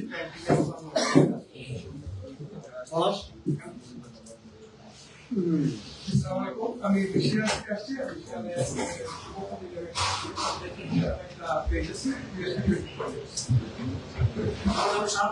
যখন আমি 6 মাস কাছে আসছি প্রধান ছিলাম আর দুদিন আমাকে টাকাকে বলছে সেশনটা কাজ আসসালামু আলাইকুম, আমি রশিদ আহমদ,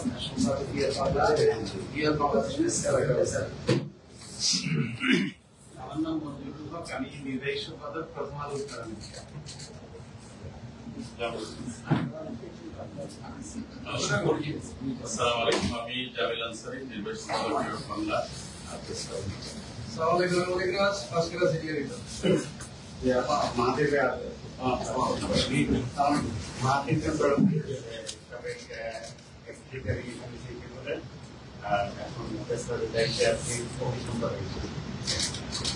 আমি সুলতানা রহমান, কাজ করি বাংলা নিউজ নেটওয়ার্ক। আর আমার ব্রেড এন্ড বাটার আসে সেটা হচ্ছে নিউ ইয়র্ক লাইফ ইন্স্যুরেন্স। আমি তামান্না মৌ, আমি চ্যারিটি ডিভিশন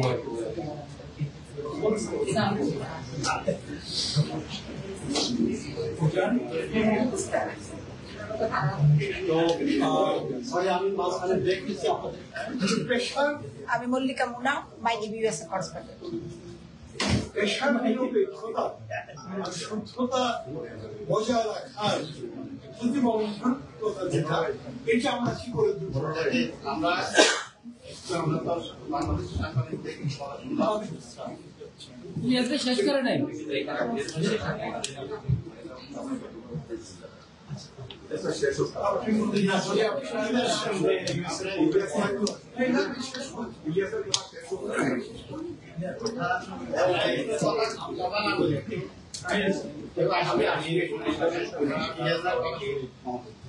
দেশের খবর আপনারা আমাদেরকে ভালো জানেন, কারণ আমাদের যে আপনারা দেশপ্রেম বিশ্বাস করি না, দেশের বাইরে প্রতি মুহূর্তে তারা দেশকে বিক্রি করে নানা সম্পর্কে, এবং ঢাকার যদি ভিজুয়ালাইজ করেন যে ঢাকা কিভাবে চলছে, এই 5 তারিখের পরে 3 গুণ রিক্সা বেড়েছে।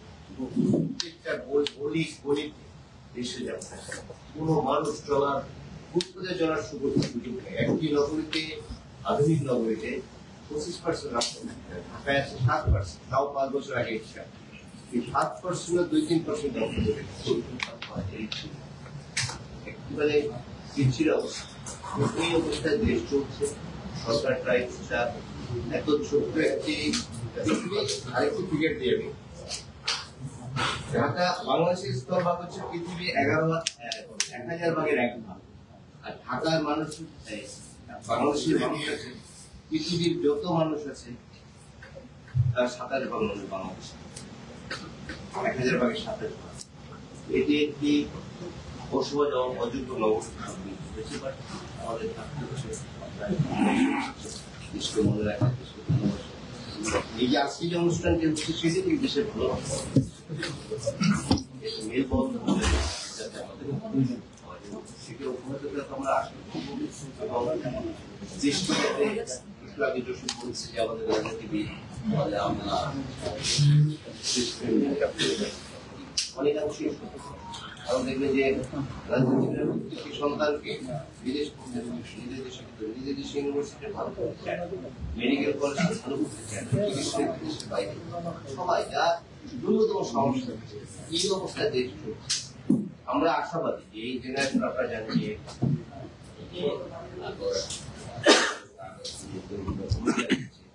এরা কিন্তু আমরা যে আগামী 30 বছর রাজনীতি সচেতন থাকতে, অথবা রাজনীতি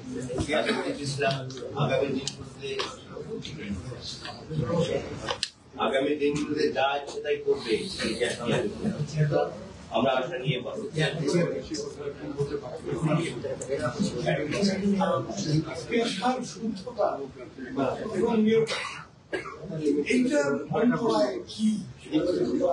সাদাকে সাদা বলা, কালোকে কালো বলা, সেখানে কি এটা অন্তরায় এতে উত্তরণটা বজায় কি করে রাখে সাংবাদিকের সময় বলছিল যে আমরা পাইনি এখানে যারা বলে যে আমরা কষ্টে আছি আমাদের কোনো উপায় নেই আমাদের দুর্নীতি করতে হবে আমাদেরকে ওয়াশ করতে হবে আমাদের রাজনৈতিক দলের নেতৃত্ব করতে হবে সো এনিবডি সবাইকে ধন্যবাদ জানাই আপনারা বলুন যে বাংলাদেশ কেমন আছে আমি বলবো যে আপনারা আজ থেকে 40 বছর আগে যারা এখানে এরকম দেখে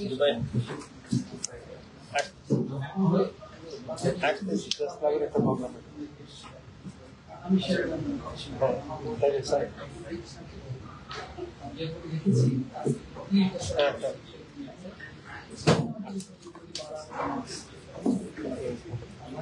পেশার বিষয়টা মানে অসীম ভাই সবাই যে বিষয়টা বললেন যে স্যালারি স্ট্রাকচার আমি মনে করি এই জায়গাটা আসলে বাধা স্যালারি স্ট্রাকচার জায়গা আমি যদি এবার বড় বাধাটা হয়ে দাঁড়ায় আমাদের অফিসের যারা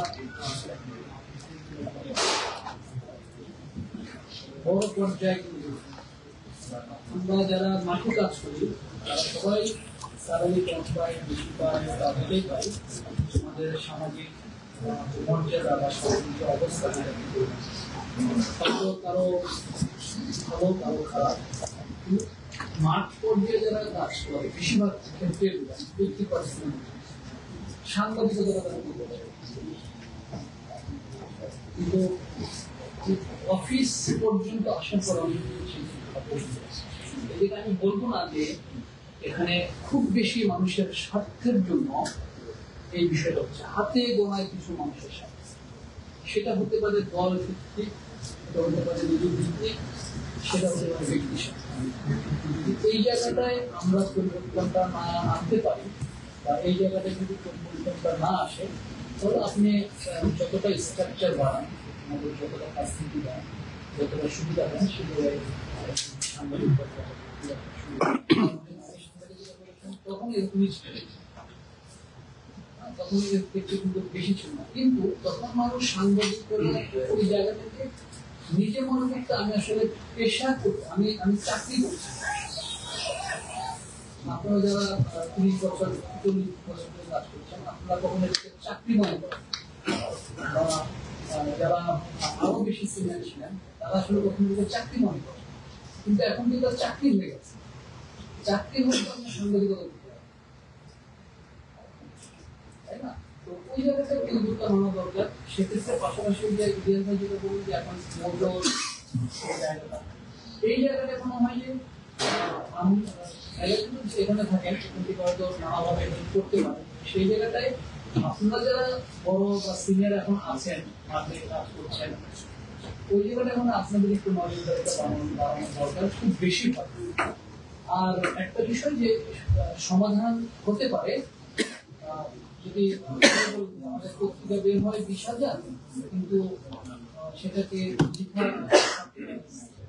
পাবলিকেশন লেখাটা দিয়ে না আমি যেটা বলবো যে এই যে ইউনিয়নগুলো আসলে কি করবে আপনারা ইউনিয়ন করেছেন বা এখানে যারা আমেরিকাতে আছেন তারা ইউনিয়ন করেছেন এই পত্রিকাগুলো বের হচ্ছে তখনই তো আমাকে বন্ধ করতে হবে তাই না এই যে সামগ্রিক বিষয়টা এই সামগ্রিক বিষয়টার কারণেই কিন্তু সাংবাদিকতা এখন এই পর্যায়ে চলে এসেছে আপনি যেটা বললেন এই জায়গাটার মনে হয় যে আমাদের আগে ল্যাকিং ছিল এখনো ল্যাকিং হয়ে গেছে এই জায়গাটা আমরা বন্ধ করতে পারি না এখন এটাই বের হবে সেটা কোয়ালিটি তাহলে মনে এই সমস্যা আমি একটু হাবিবুরের সাথে একটু যোগ করতে চাই এই প্রসঙ্গে যারা আজকে আমাদের সাধারণ ভাই অনেকের সাথে কাজ করা আছে পরিচিত উনি আমার কলেজে বড় হয়ে আমাকে জানেন আমি বিএল কলেজের স্টুডেন্ট ইউনিভার্সিটি বিষয়টা হলো আমি একটু উদাহরণ দিয়ে শুরু করতে চাই সে এর আগে ধরেন রাষ্ট্রপ্রধান যারা নিউ ইয়র্কে আসেন বা অন্যান্য সিটিতে যায় তাদের সাথে তো আপনারা নিউ ইয়র্কে অনেকে থাকেন আপনারা দেখা করে আসলে কি কথা হয় আপনাদের এখানে সাংবাদিক বা এখানে যারা বিজনেসের সাথে জড়িত আছে কথাটা হয় নিজের কমিউনিকেশন নিয়ে বা নিজের কোনো একটা গ্রো আপ নিয়ে এইখানে যারা থাকছে বা যারা বিজনেস করছে, আমরা কি বাংলাদেশের এই প্রেক্ষাপটে নিউ ইয়র্কের যে শিক্ষা ব্যবস্থা বা আমাদের এখানের যে ইকোনমিক্যাল যে অবস্থা, সেটা নিয়ে কি আমরা কখনো শেয়ার করি পার্সোনাল বিজনেস ছাড়া বা পার্সোনাল কমিউনিকেশন ছাড়া? আপনারা যখন ছোট ছিলেন বা আপনারা যখন বাংলাদেশে ছিলেন, বাংলাদেশটা কিভাবে আমাদের বেড়ে ওঠাটা কিভাবে? আপনি যদি বাংলাদেশের একটা প্রাইমারি স্কুলে যান, ওকে 5 পর্যন্ত কি শেখানো হয়? আপনি যদি 6 থেকে 10 পর্যন্ত দেখেন কি শেখানো হয়, এবং তারা গিয়ে সে বেসমেন্ট থেকে কতটা ক্যাপাবল হয়ে গড়ে ওঠে, সেই জায়গাটা নিয়ে আমাদের আগে ভাবা উচিত। এখানে আমি একটু দ্বিমত জানাচ্ছি ভাইয়ার কথা এবং হাবিব ভাইয়ের কথা, যে সাংবাদিকতাকে আমরা অনেক সময় বলতেছি যে এটা একটা আর্ট, এটা আসলে পেশায় আসলে এইভাবে আসা উচিত। সাংবাদিকতা করা উচিত পেশাদারিত্বের সাথে। আমাদের স্যালারি নেই বলেই তো আমরা অন্যদিকে যাচ্ছি। এখন আমরা যখন পেশাদারিত্বের সাথে সাংবাদিকতা করতে পারছি না, তখনই আমাদের ভিতরে চাকুবাড়িতে আসতেছে। আপনাকে যদি ওয়েল ভাবে সে স্যালারি দিতে পারে ওই হাউস, আপনাকে যদি ওই 20,000 পত্রিকা যদি না আসে, আজকে হয়তো বা ইলিয়াস ভাই, আমি এক্সাম্পল হিসেবে বলছি, একটা পত্রিকা বের হবে, সেটার সার্কুলারের জন্য বা ডিসি অফিসে পারমিশনের জন্য ইলিয়াস ভাই ফোন দেয়, এটাকে ছেড়ে দেওয়া হোক। তো এইখানে উনি যদি প্রথম যে এটা আসলে ওইভাবে কোন সাংবাদিক এখানে কাজ করে, এটা আসলে সার্কুলারের যোগ্য কিনা, সেই জায়গায় যদি ওইখানে কাজ করা হয়, তখন কিন্তু আমাদের এই ঢাকা থেকে যে 500 পত্রিকা বের হয়, তার মধ্যে 300 আন্ডারগ্রাউন্ডে এই পত্রিকাগুলো কিন্তু আসতে পারে না। এবং যাদের সবারই অ্যাক্রিডিটেশন কার্ড আছে, কোনো কাজ থাকুক না থাকুক, তাদের মিনিস্ট্রিতে ঢুকতে হয়। তারা যে মিনিস্ট্রিতে কেন ঢুকে এটা তারাও জানে, ঢুকে শুধু মিনিস্ট্রিতে ঘোরাঘুরি করার জন্য। এই যে জায়গাগুলো থেকেই কিন্তু আমরা যে অন্তরের কথা বলছি, আমরা বলছি যে আমাদের পরিবর্তনের কথা, পরিবর্তনটা যে জায়গা থেকে আনা দরকার, আমাদের সেই জায়গাটা নকিং হচ্ছে না। এই কারণে আপনি দেখবেন যে বাংলাদেশের আর্থসামাজিক যে জায়গা থেকে একজন বাচ্চা গড়ে উঠছে, যে সে ক্লাস 10 পর্যন্ত জানে না যে সে আসলে কি করবে। আমি সায়েন্স নিয়ে পড়ার পরে আমি ইন্টারমিডিয়েট উঠলাম, ইন্টারমিডিয়েট উঠে জানি না যে আমি প্রথম কি হবো, আমি কি ডাক্তার হব, ইঞ্জিনিয়ার হব, না আমি লয়ার হব। প্রথমে আমি পরীক্ষা দেই, মেডিকেলের চান্স না পেলে আমি যাই ইঞ্জিনিয়ারিং এর চান্স না পেলে আমি যাই পাবলিকের চান্স না পেলে আমি যাই ন্যাশনাল ইউনিভার্সিটিতে। আমাদের তো এইভাবে গড়ে তোলা হচ্ছে না। সেই জায়গা থেকে আপনারা যারা বাইরে আছেন, সাংবাদিকতা করছেন, এখন শানে ওসবার অনেক বড় কোম্পানি, উনি যদি বাংলাদেশের একটা অফিস নেয়, তাহলে নিউ ইয়র্কের মধ্যে কি সে স্যালারি দেয়? আমি টিভিএল কাজ করতাম, আমাকে যেভাবে টিভিএল এর স্যালারি দিত বাংলাদেশের পার ডে, এখানে কি সে স্যালারি সমান পায়? হয় না। এটা আর্থসামাজিক ভাবে অনেক কিছু। ভাইয়া বলতেছিলেন যে ইন্টারন্যাশনাল যে আমাদের যে পলিটিক্স, যে আমরা চাই যে আমরা আমাদের মতো করে কথা বলবো, আসলে কি সেটা সম্ভব? আপনি আপনার মতো করে কথা বলতে পারবেন বাংলাদেশের মতো একটা জায়গায় থেকে? প্রফেসর ডক্টর ইউনূস গতকালকে ডিনারে ট্রাম্পকে জানাইছে আমরা নির্বাচন করবো, হ্যাঁ, একটা ক্লিয়ারেন্স নেওয়ার মতো। এই জায়গাটা তো আপনি মানে সবকিছু তো একটা বাচ্চা যেমন তাকে লালন পালন করে বড় করে, তারপরে জায়গাটা তৈরি হয়। সাংবাদিকতা পেশার আমি মনে করি আপনারাও এখানে যারা আছেন, বিভিন্ন হাউসে যান, বিভিন্ন পার্লামেন্টে যান, যখন আপনারা রাষ্ট্রপ্রধানের সাথে কথা বলেন, দেশ পরিবর্তনের বিষয়ে ওই জায়গায় নকিং করা দরকার, নিজের বিজনেসের জন্য না। যে আমি বাংলাদেশের জন্য এমন একটা ইনস্টিটিউট ভাই করতে পারি, আমি এমন একটা জায়গায় নিজেকে তৈরি করব যে ওই জায়গা থেকে আমার চেঞ্জিং আসবে। এটা ইলিয়াস ভাই আছে, আমাদের বিভু ভাই আছে, যারা কথা বলছে তারা করতে পারে। না হলে আমরা এরকম রাউন্ড টেবিল, কিভাবে উত্তরণের উপায় কি, কিভাবে পরিবর্তন হতে পারে, এই সাজেশন গুলো আসবে, কিন্তু আমাদের বেস থেকে পরিবর্তন না হলে এর কোনো পরিবর্তন হবে না। একটু দুঃখ প্রকাশ করছি, আসলে আমাদের ব্যর্থতা যে আমরা জানতাম না যে এত সংখ্যক সাংবাদিক আদারওয়াইজ আমরা একটা বড় পরিসরে ডিবেট করার জন্য, আলোচনা করার জন্য ব্যাংকে দিয়ে কাজ করতাম। সংগঠক হিসাবে দুঃখ প্রকাশ করছি। আর এখানে আরেকজন ব্যক্তি, আপনারা যারা জুনিয়র ঢাকা থেকে এসেছেন, একজন ব্যক্তি উপস্থিত আছেন, আমাদের প্রতিনিধি দশা বাংলাদেশ ফেডারেল সাংবাদিক ইউনিয়নের নির্বাচিত সাধারণ সম্পাদক ছিলেন উনি কয়েক বছর আগে আমাদের রোকন ভাই আমাদের সাথে আছেন, এবং আমাদের এখানে মূলধারা রাজনীতি করেন এবং টাইম টিভির সিও এবং আমাদের ডাইরেক্টর মেরি জোবাইদা আছেন, এখানে উপস্থিত হয়েছেন। উনি আগামী নির্বাচনের অ্যাসেম্বলি ম্যান প্রধান পদে প্রাপ্তিও। আরেকজন আছেন যিনি এখানে একটি জিটিভি চালু হচ্ছে,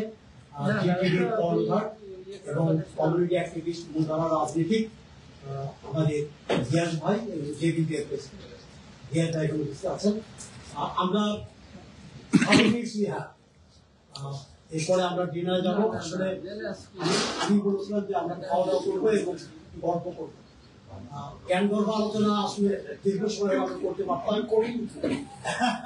যাই হোক, অনেক বাস্তবতা আছে, আমরা বলা উচিত, আমাদের সবাইকে আউটস্পোকেন হওয়া উচিত। আসলে আমাদের আরেকটা বন্ধুর কথা বলছিলাম যে মঈন চৌধুরী, নিবেদিত প্রাণ বাংলাদেশের অলিম্পিকের জন্য, উনি এখানে উপস্থিত আছেন, ওনার জন্য তারাও আছে। উনি চলে যেতে চাচ্ছেন, উনি হয়তো আমাদের উদ্দেশ্য শুভময় বাড়ি। ধন্যবাদ নিউ ইয়র্ক বাংলাদেশ প্রেস ক্লাবকে আজকে আয়োজন করার জন্য। সম্মানিত সভাপতি মনোহর ভাই, সাধারণ সম্পাদক বনি মজুমদার সহ যারা আপনারা দেশ থেকে আসছেন, এখানে যারা সভাপতি কম বেশি নামে চিনি, দেখলে চিনি, অনেকের খুব শুনলাম। আমার কথাগুলো অনেক ভালো লাগবে না, কারণ কেমন হচ্ছে আমি খুব স্ট্রেট ফরওয়ার্ড কথা বলি, সময় বেশি নেই না, কিন্তু যা বলি শুধু পয়েন্ট কথা বলি। যে আপনাদের দুঃখগুলো যে শুনলাম, আমি খুব মন আহত শুনি, কিন্তু এই ফোরামটাকে আপনারা দেশে কখনো পান নাই। এতজন সাংবাদিক বাংলাদেশে আছে, এরা প্রধান উপদেষ্টাকে আপনারা এইভাবে তেল মারেন। এখন আগে একজন বলে গেছেন যে বাংলাদেশে 17 সাংবাদিক ছিল না, খুব ভালোভাবে ছিল আমাদের তো সাংবাদিক করছে, দে আর বিন কম্প্রোমাইজ, ভালো ছিল, খুব ভালো ছিল, দেখছি তার কম্প্রোমাইজ ছিল, এখনো আপনারা সামহাও কম্প্রোমাইজ। এই জন্যই বলতেছি যে এইটা ফোরামটা আছে, এই ফোরামটা যে দুঃখ শুনলে আমরা খুবই মর্মাহত। আমরা প্রবাস থেকে বুঝতাম যে আপনারা খুব সুখে আছেন, কিন্তু আপনাদের মধ্যে এত দুঃখ, এটা আমরা আসলে বুঝতাম না। আমরা আশা করবো এইটা নিয়ে আমরা new York Bangladesh press club থেকে কথা বলবেন। আপনাদের ফোরামে যদি আপনারা কথা বলেন, যে উপদেষ্টা তথ্যমন্ত্রী এখানে আপনারা কথা বলেন, তাদের জোর দাবি, তাদের পক্ষে যে কথাগুলো আপনারা এখানে মেমো করে নেবেন, যে আমরা শুনছেন, না বলার দরকার নাই, কিন্তু অনেকে তো হয়তো দেশে তারা বলতে পারছে না, কিন্তু এখানে তাদের সকলে বলছে, এটা দেশে বলতে পারবো না, তাদের লিমিটেশন আছে। তো যে কারণে আমি বলবো আপনারা তাদের শুভাকাঙ্ক্ষী হিসাবে এই পয়েন্ট গুলো নোট করে, নোট করে শার্প ফিডব্যাক দেন যে বাংলাদেশে এই পরিবর্তন যাচ্ছে। দুটা জিনিস না বললেই নয়, আমরা কেমন বাংলাদেশ দেখে আসতে হবে পরিবর্তন। আমি জানতে কেমন বাংলাদেশ আমরা চাই।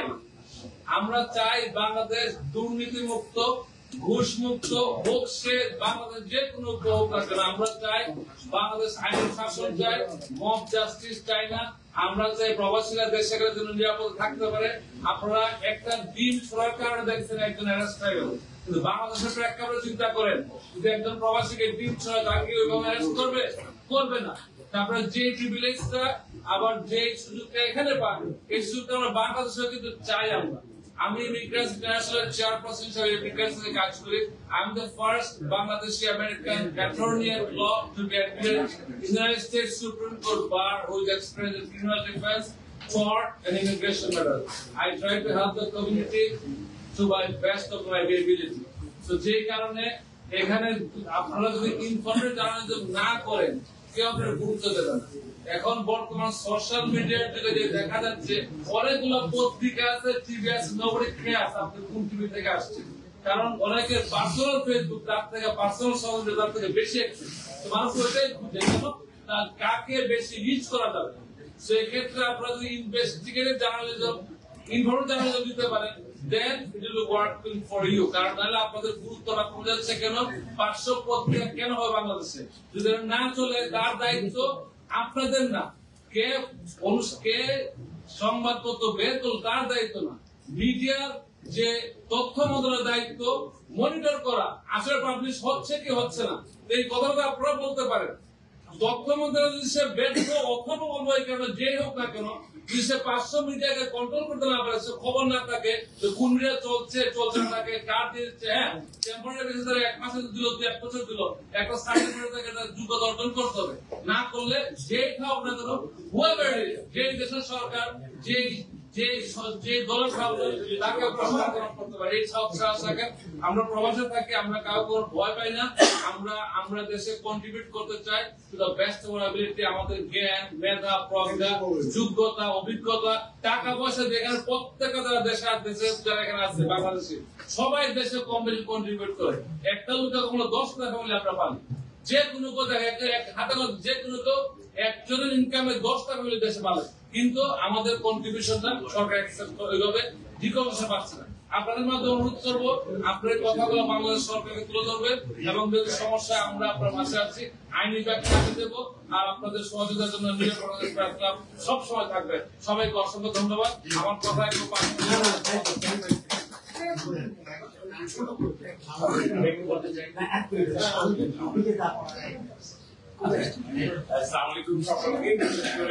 আমার পরিচয় এর আগে দিয়েছি, আমরা যারা নতুন যারা আসছেন তাদের উদ্দেশ্য করবো যে আমি শাহনওয়াজ গ্রুপের প্রেসিডেন্ট এবং সিইও। আমার সবচেয়ে বড় পরিচয় যে আমি আজকাল পত্রিকার প্রকাশক এবং সম্পাদক। আমি খুবই আনন্দিত আপনারা আজকে আসছেন, আজকে আমাদের সাথে বসে একসাথে ডিনার করতে পারছি এবং একসাথে মত বিনিময় করতে পারছি, এবং এটাই জন্য আপনাদের অনেক শুভেচ্ছা। আপনারা সবাই ভালো থাকবেন এবং সুন্দর থাকবেন। আমরা চাই যে আমাদের দেশ, যেখানে আমাদের জন্মভূমি, সেটা অনেক সুন্দর হোক এবং আপনাদের দেশপ্রেম বাড়ুক এবং আস্তে আস্তে আমরা অবশ্যই দেশটা যাবে। এটাই আমরা আমার একটা প্রোগ্রাম আছে, যার জন্য আমাকে চলে যেতে হবে। কিছু যদি মনে না করেন, আমরা আপনাদের কাছ থেকে বিদায় নিচ্ছি।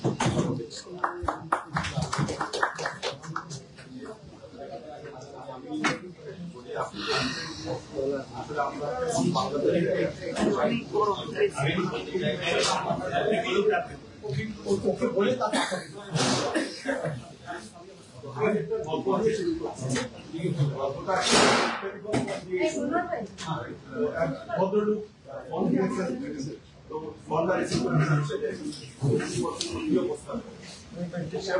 ঘরের অবস্থা, ঘরের বর্তমান হচ্ছে মোবাইল ভবিষ্যৎ বাবা তোমার মা মোবাইল আর তোমার ছোট ভাইটা জন্ম নিয়েছে ভবিষ্যৎ দেশে, সে পেশা পায়নার মধ্যে আমাদের বাংলাদেশটা এখন হচ্ছে তার মধ্যে যাচ্ছে, এর মধ্যে হামাগুড়ি দিচ্ছে। কারণ আমাদের দেশের যে অবস্থা, তাতে করে আমাদের মনে হয়েছে যে আদৌ বাংলাদেশ যে প্রত্যাশা নিয়ে বাংলাদেশ এই অবস্থা আসছে, যে প্রত্যাশা নিয়ে দেশের মানুষ আন্দোলন করেছে, যে প্রত্যাশা নিয়ে একটা সরকার আদৌ বর্তমান প্রেক্ষাপটে এই যে মানুষের প্রত্যাশা পূরণ হবে কিনা, তার মানুষের প্রত্যাশা এবং সেই প্রাপ্তিটা এটা দেশ পাবে কিনা, দেশের মানুষ পাবে কিনা, তা 99% সন্দেহের মতো। কারণ হচ্ছে যে ন্যারেটিভের কারণে মানুষ একটা সরকারকে বিদায় করেছে, বাংলাদেশ থেকে সরকার বিদায় হয়েছে, ন্যারেটিভ বিদায় করেছে। এই ন্যারেটিভ বিদায় না হওয়ার কারণে তার প্রভাব মানুষের মধ্যে বিস্তার করছে, দেশের মধ্যে বিস্তার করছে, বিভিন্ন প্রতিষ্ঠানের বিস্তার করছে, ব্যক্তিদের উপর বিস্তার করছে, কর্মকর্তাদের উপর বিস্তার করছে। এইসব কারণে একটা সরকার দেশে থেকেও একটা সরকার দেশে তার মতো করে কাজ করবে, দেশ গঠনের জন্য কাজ করবে, সেই সুযোগটা আমাদের মনে হচ্ছে যে এই সুযোগটা এখানে সরকার কম আছে। যার কারণে আমাদের দেশ আদৌ যে এই যে জনতা যারা লড়াই করে দেশকে এই পর্যন্ত নিয়ে আসছে প্রত্যাশা, সেই প্রত্যাশা আদৌ পূরণ হবে কিনা তা নিয়ে যথেষ্ট। আরেকটা বিষয় হচ্ছে যে আপনি বলছিলেন যে আমাদের প্রফেশনে বাংলাদেশের সাংবাদিকতার কোনো সংকট, আমি মনে করি বাংলাদেশের সবচেয়ে বড় সংকট যেটা আছে সেটা হলো যে একজন এখানে বলেছেন যে পেশাদারিত্বের সংকট সবচেয়ে বেশি। আপনারা এটা জানেন, কিন্তু হয়তো জানেন না, বিগত 16 বছর পেশাদার কোনো সাংবাদিককে চাকরি দেওয়া হয়েছে তার যোগ্যতা নিয়ে চাকরি দেওয়া হয়, সে কি পাশ করেছে তার নিয়ে চাকরি দেওয়া হয়েছে, সে ছাত্রলীগ করে কিনা, সে আওয়ামী লীগ করতো কিনা, এটা আগে দেখা হয়েছে। এই যে আমি যে আপনাকে চাকরি দেবো আমার কাছে আপনি আসছেন, এখানে আমি যে কথা বলছি আমি প্রত্যেককে জিজ্ঞেস করি, আমি শুধু বানিয়ে কথা বলছি। এখানে বলা হতো যে আপনি যে এখানে আসছেন আগে কোথায় কাজ করছেন, অমুক জায়গায় করেছি, তাহলে তারপরে খোঁজা হতো তিনি কোন দল করতেন। তিনি ছাত্রলীগ করতেন, ঠিক আছে চাকরি হয়ে যায়, ছাত্রলীগ করতেন না ভাই আমরা সঙ্গে আসলে। তার মানে হচ্ছে যে বিগত 16 বছর আপনি কোন ইউনিভার্সিটি থেকে পাস করেছেন, আপনি পেশাদার সাংবাদিক কিনা সেটা বিবেচনা না নিয়ে দলীয় বিবেচনায় প্রত্যেককে চাকরি দেওয়া হয়েছে। তার যোগ্যতা দলীয় বিবেচনা, তার যোগ্যতা বিবেচনা করা হয়েছে। এর জন্য বিগত 16 বছর দেশে আর সাংবাদিকতা নাই। এখন সেই ভঙ্গুর দেশে আবার যদি সেই চলে যাওয়া সাংবাদিকতা ফেরত আনতে চায়, তাহলে সেই সাংবাদিকতার জন্য আমাদের আসলে বিগত 16 বছরে আমাদের একটা নেচার তৈরি হয়ে গেছে যে এটা হচ্ছে নিজের থেকে একটা নিউজে কি যাবে কি যাবে না সেটা নিজেরা তৈরি করা, নিজেরা সিদ্ধান্ত নেওয়ার মতো একটা অবস্থা তৈরি হয়েছে আমাদের। আমরা এখন বুঝি কোন লাইন দিকতে আপনি আমার উপর নারাজ হবেন আর কোন লাইন দিকতে আপনি আমার করতেছেন। তার মানে হচ্ছে যে প্রত্যেকটা সাংবাদিক সে সাংবাদিকতা করে, কিন্তু প্রত্যেক জন হচ্ছে তারা মনে করে যে আমি কোন একটা দলের তো এই প্রতিষ্ঠা সুতরাং আমাকে কিছু লিখতে হলে আগে দেখতে হবে সেই দল তার উপর নারাজ হয় না, সেই পত্রিকা বা সেই প্রতিষ্ঠান ক্ষতিগ্রস্ত হবে। আপনারা অবাক হবেন এগুলো শুনলে। আপনারা জানেন যে রাজনীতিতে প্রচলিত আজকে যে রাজনীতি বলেন যে সংবাদপত্রের স্বাধীনতা নাই, কালকে তিনি যখন ক্ষমতায় যান দিয়ে সংবাদপত্রের টুপি চেপে নিয়ন্ত্রণ করার জন্য তিনি তখন চান না যে তার বিরুদ্ধে কোনো প্রতিবেদন হোক, তার দুর্নীতি নিয়ে কোনো প্রতিবেদন হোক। এই জন্য বর্তমান এবং অতীত এবং আগামীতে হয়তো এরকম হয়েছে। এই হলো বাংলাদেশের সাংবাদিকতার অবস্থা। সুতরাং আমাদের পেশাদারিত্বের দিক দিয়ে একটা বিষয় হয়েছে, আমরা বাংলাদেশের সাংবাদিকতা কখনো স্বাধীন ছিল না এবং আগামীতেও বাংলাদেশের সাংবাদিকতা স্বাধীন হবে না। সাংবাদিকরা সবসময় একটা শখের মধ্যে থাকবেন এবং তারা হচ্ছে কেউ না কাউ দ্বারা নিয়ন্ত্রিত হবে। এটা হচ্ছে বাংলাদেশের সাংবাদিকতা। এই অবস্থায় যদি আপনারা মনে করেন যে আমাদের কাছে আপনার খুব ভালো সাংবাদিকতা আশা করবেন, আমরা অনেক কিছু করে ফেলবো, আমরা প্রকৃত সাংবাদিকতা করবো, তাহলে আমরা আপনাদের প্রত্যাশা পূরণ করতে পারবো না। কারণ এই বিষয়গুলো আমাদের হাতে নেই। আমাদেরকে সাঁতার কাটতে ছেড়ে দেওয়া হয়েছে, কিন্তু হাত বেঁধে দেওয়া হয়েছে। সাঁতার কাটবা কিন্তু হাত তুলতে পারবো। এই অবস্থায় আমরা সাঁতার কেটে আমরা যে তীরে গিয়ে সফলভাবে উঠবো, এই প্রত্যাশা আমাদের কাছে করা আপনাদের ঠিক করে না, আমরা ওই প্রত্যাশা নির্দেশিত করি। সুতরাং আমি এটা মনে করি যে আমাদের দেশ এবং আমাদের পেশা দুই জায়গায় দুইটা বিষয়, কিন্তু দুইটা বিষয় দেখো আর দুইটা বিষয় ধরার পরেও আমরা যে গণ্ডির মধ্যে আছি সেই গণ্ডিতে থেকে আমরা যেমন এখন পর্যন্ত আমি বলছি আজ পর্যন্ত আমরা যেমন আগামী খুব ভালো কিছু আশা করতে পারছি না, তেমন পেশাদারিত্বের দিক দিয়ে যে আমরা খুব ভালো কিছু করতে পারবো সেটা প্রত্যাশা করতে পারি না। সুতরাং আপনারা দোয়া করবেন যদি আমরা এই যে বিষয় এই প্রতিবন্ধকতা যদি কখনো যদি মুক্তি পাই, আমরা যদি মুক্ত হতে পারি সেক্ষেত্রে হয়তো প্রত্যাশা পূরণ কিছু করতে পারবো। সবাই ভালো থাকবেন।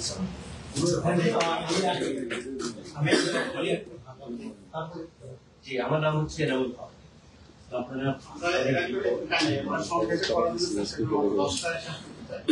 কারণ আমাদের কাজ সারাদিন পরিশ্রম করছে।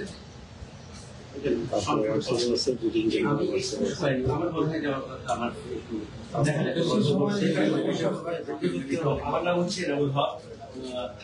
ভাই প্রথমে উনি বললেন যে বাংলাদেশের মুসলিমের দেশপ্রেম খুব এখানে প্রথমে জীবন আমি একটু সময় 5-7 দিন একটা দেশ দেখার পৃথিবীতে যে দেশটাতে মানুষ জানে যে মৃত্যু হয়ে যাবে কালকে, সে মিছিলে গেলে তারপর নিশ্চিত মৃত্যু যাওয়ার পরে সে মিছিলে গেছে রাষ্ট্রকে বাঁচানোর জন্য, মুক্তিযুদ্ধ সময় গেছে এবং 2024 সালে যে বিভিন্ন সিন দেখছেন আপনারা। তো সুতরাং বাংলাদেশের মানুষ দেশকে ভালোবাসে না সেটা ঠিক। বাংলাদেশের মতো সাধারণ জনগণের দেশকে যতটা ভালোবাসে কিন্তু খুব কম লোক দেশকে ভালোবাসে। কিন্তু সময় সময় কি এই দেশের প্রতি মানুষের ভালোবাসাটা ফিকে হয়ে যায়, নষ্ট হয়ে যায়। এখন প্রশ্নটা হচ্ছে যে মানুষ কেন ভালোবাসছিল? তার প্রত্যাশা ছিল সে বৈষম্যহীন একটা সমাজ পাবে। এই কারণেই সে বৈষম্যহীন সমাজের জন্যই সে যুদ্ধ করেছে, 71 সালে করেছে, 2024 সালে করেছে। কিন্তু কি হয়েছে, কয়েকদিন পরেই দেখছে যে সে তার প্রতিটা মুহূর্তে বৈষম্যের শিকার হয়েছে। যারা নিউ ইয়র্কে থাকে বা যারা বিদেশে থাকে, আপনি যে কোনো একটা লোকের কাছে যাবেন, বাংলাদেশের সম্বন্ধে জিজ্ঞেস করবেন, they are very loyal, they are very sincere to their work, they are very integrity, dignity, এই বিষয়ে একবারে সুপার ক্লাস নাম্বার পাবে। তাহলে বাংলাদেশে গেলে আর বাংলাদেশের যখন থাকে তখন তাকে চরিত্র দিয়ে আমরা যে সমস্ত ক্যারেক্টারিস্টিক্স করতেছি, সে দুর্নীতি করে, সে হচ্ছে মিথ্যা কথা বলে, সে বিভিন্ন রকম নেগেটিভ কথা। প্রথম কথা হচ্ছে যে মানুষ চাইছে কি ওই সময় শুরুটা বাংলাদেশে কোথায় হয়েছে, এইটা যদি আমি আইডেন্টিফাই করতে পারি তাহলে দেখা যাচ্ছে যে আমাদের সমস্যার অনেকগুলো সমাধান। প্রথম কথা হচ্ছে যে বাংলাদেশের শত্রুকে, আমাদেরকে শত্রুটা আইডেন্টিফাই করতে হবে। কেউ কেউ হয়তো ফেসবুকে বা বিভিন্ন বক্তারা আপনারা বলেন যে ভারত বাংলাদেশের শত্রু, বিদেশিরা শত্রু। আমি মনে করি যে বাংলাদেশের সবচেয়ে বড় শত্রু হচ্ছে আমরা। আমি খুব দায়িত্ব নিয়ে বলছি, মানে আমি খুব বিশ্বস্ত সূত্রে বলেছি, 2018 সালে যখন ইলেকশন হয়, পুলিশের আইজিপি থেকে শুরু করে উনি লিড নিয়েছে এবং শেখ হাসিনা এতটা চায়নি যে ইলেকশনটা হোক, কিন্তু পুলিশের লোকজন তারা প্রত্যেকের দায়িত্ব নিয়ে এই চুরি করেছে। ঢাকা বিশ্ববিদ্যালয়ের ভিসির আজকে একটা অডিও শুনলাম, লাস্ট যে ভিসি ছিল, এই সমস্ত কুলাঙ্গার লোককে যতদিন না আপনারা শত্রু হিসাবে আইডেন্টিফাই করবেন, একটা ডিসির এই যে ফিকে হয়ে যায় ভালো, একটা ডিসির বাড়ি কেন একটা বাংলো পৃথিবীতে থাকবে, কোন রাষ্ট্রে থাকবে? বাংলাদেশের সবচেয়ে কেন পত্রিকায় দেখেন যে আপনি এতগুলো পত্রিকা বেরোচ্ছে, এটা ফার্স্ট বেনিফিশিয়ারি ডিসি অফিস, বাংলাদেশের সমস্ত দুর্নীতির দোষর হচ্ছে ডিসি অফিস। আজকে যদি কিনা প্রশাসনিক সংস্কার ঠিক মতো হইতো, তাহলে পরে একজন ডিসি রাতের বেলায় ইলেকশন করার সাহস পায়। He doesn't, no one has any accountability. Last প্রথম কথা হচ্ছে রাজনীতিবিদদের সেই আন্ডারস্ট্যান্ডিং নেই, আর প্রসেসটাতে তারা এমন ভাবে করে রেখেছে, আজকে যে ডিসিটা মাগুরাতে একজন ডিসি আছে, কালকে সে আসছে, তার বিরুদ্ধে একটা ফাইল হয়েছে, সেই ফাইলটা আবার সে দেখছে, সে ডেপুটি সেক্রেটারি হিসেবে আসছে, তার বিরুদ্ধে সেই আবার তদন্ত করছে। তার মানে এটা রেজাল্ট আনে। আপনি দেখেন যে আমরা কয়েকদিন আগে সিলেটে দেখলাম কি, সিলেটে ওই যে পাথর টাথর নিয়ে কি ঘটনাগুলো ডিসি একজন গেছে, সবাই খুব সারার সাহেবকে আপনার খুব বাহবা দিচ্ছে, ওই একবার তো বলি নেই যে ডিসিটা, তাহলে সমস্ত কিছু তাদের হাতেই আছে। আমরা যতদিন পর্যন্ত নাকি আমাদেরকে অ্যাকাউন্টেবল না করতে পারবো, আপনারা যে সাংবাদিক আছেন এই কারণে আমি বলছি, এবং আমাদের অ্যাকাউন্টেবিলিটি না আনতে পারবে, আনাটা খুবই সহজ একটা কাজ। আমাদের অ্যাকাউন্টেবিলিটি আনার একটা সহজ যে উপায়, সেটা হচ্ছে যে ডেপুটি সেক্রেটারি যে নিয়োগ হয়, এই নিয়োগে ওদের জন্য আছে কোটা আছে 75% কোটা।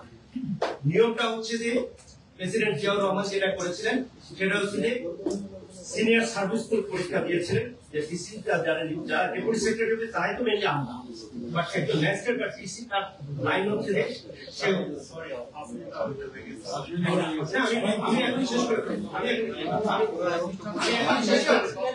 আপনাদের কাছে আপনাদের যত হতাশা, যত কিছু, it will be confident until unless আপনি দেশের শত্রু না আইডেন্টিফাই করতে পারবেন। ঢাকা বিশ্ববিদ্যালয়ের শিক্ষকরা যদি শত্রু বাংলাদেশের যারা শিক্ষিত, যারা মেধাবী হিসেবে পরিচিত, বিসিএস ক্যাডার সার্টিফিকেট অফিসার, তারা হচ্ছে শত্রু, আর্মি অফিসার হচ্ছে শত্রু।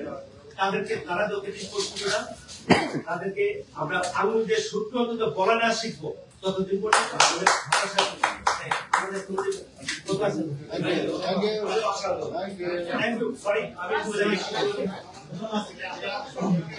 ভাইয়া আপনি যেভাবে ঢালাওভাবে বলছেন, বাট এটা সবসময় আপনাকে বলি, আগে আমাদের চরিত্র ঠিক হবে। এমন কোন সাংবাদিক নাই যে ভিতরে থাকতে পারি না, ঢাকা আগে আমরা আমাদের চরিত্র আগে ঠিক করবো।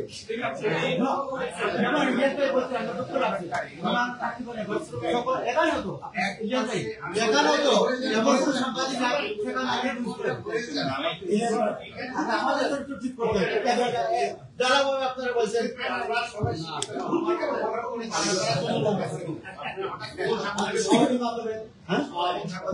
সময় যেটা বলছি আমাদের তথ্য আছে,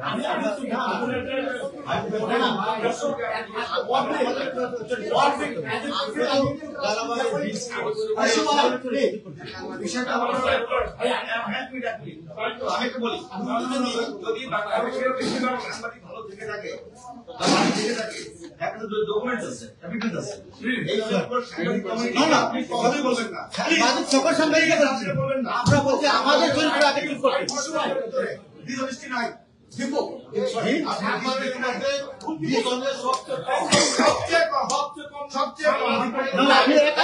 এখানে কথা বল,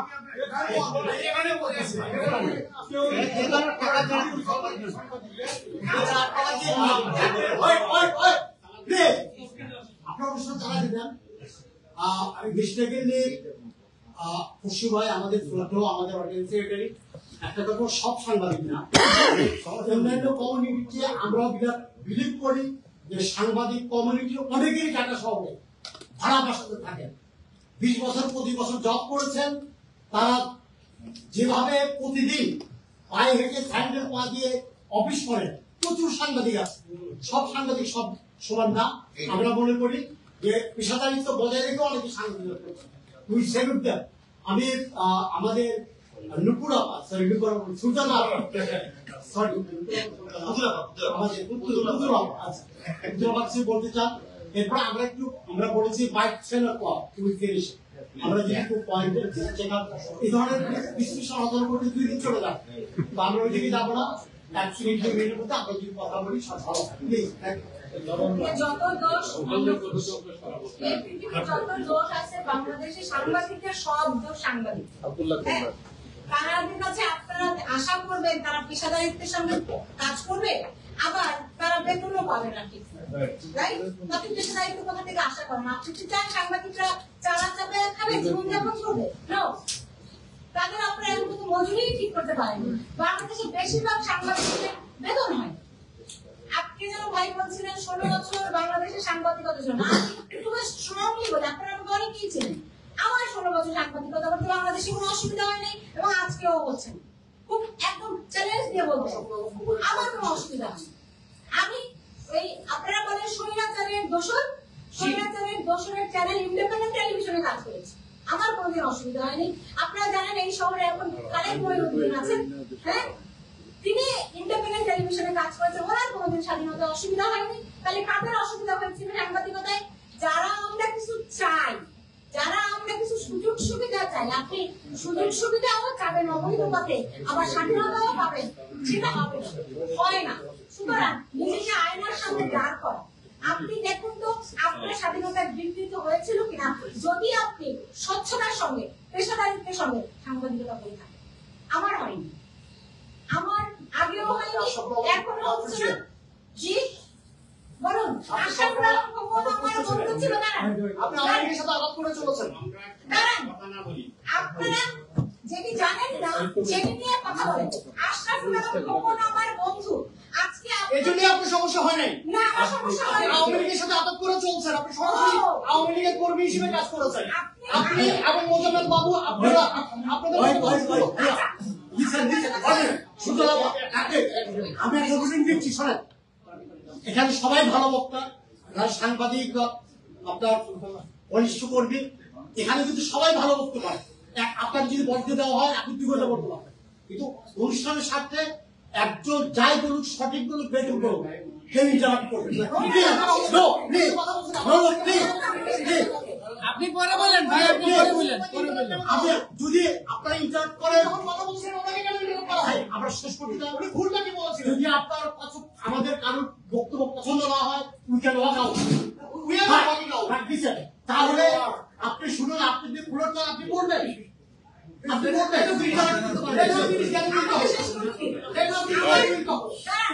আশরাফুল আলম খোকন আমার বন্ধু ছিল। আমি বলি আমি সবসময় সরকারি দলে থাকি, কেন জানেন? আশরাফুল আলম খোকন 16 বছর বা 10 বছর প্রিভিয়াস ছিল।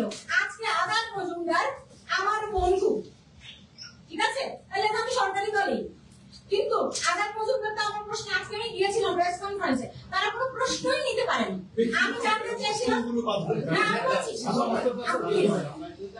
আপনারা সাংবাদিকদের প্রশ্ন করতে দাঁড় করাবেন, কিন্তু সাংবাদিকদের একটা পেশাদারিত্বের সঙ্গে চলার জন্য যে ধরনের পেশাদারি প্রতিষ্ঠান দরকার সেটি করে তুলতে দিবেন না, তা কেমন করে হয়? আপনারা সেই জায়গা থেকে কেউ নক করেন না।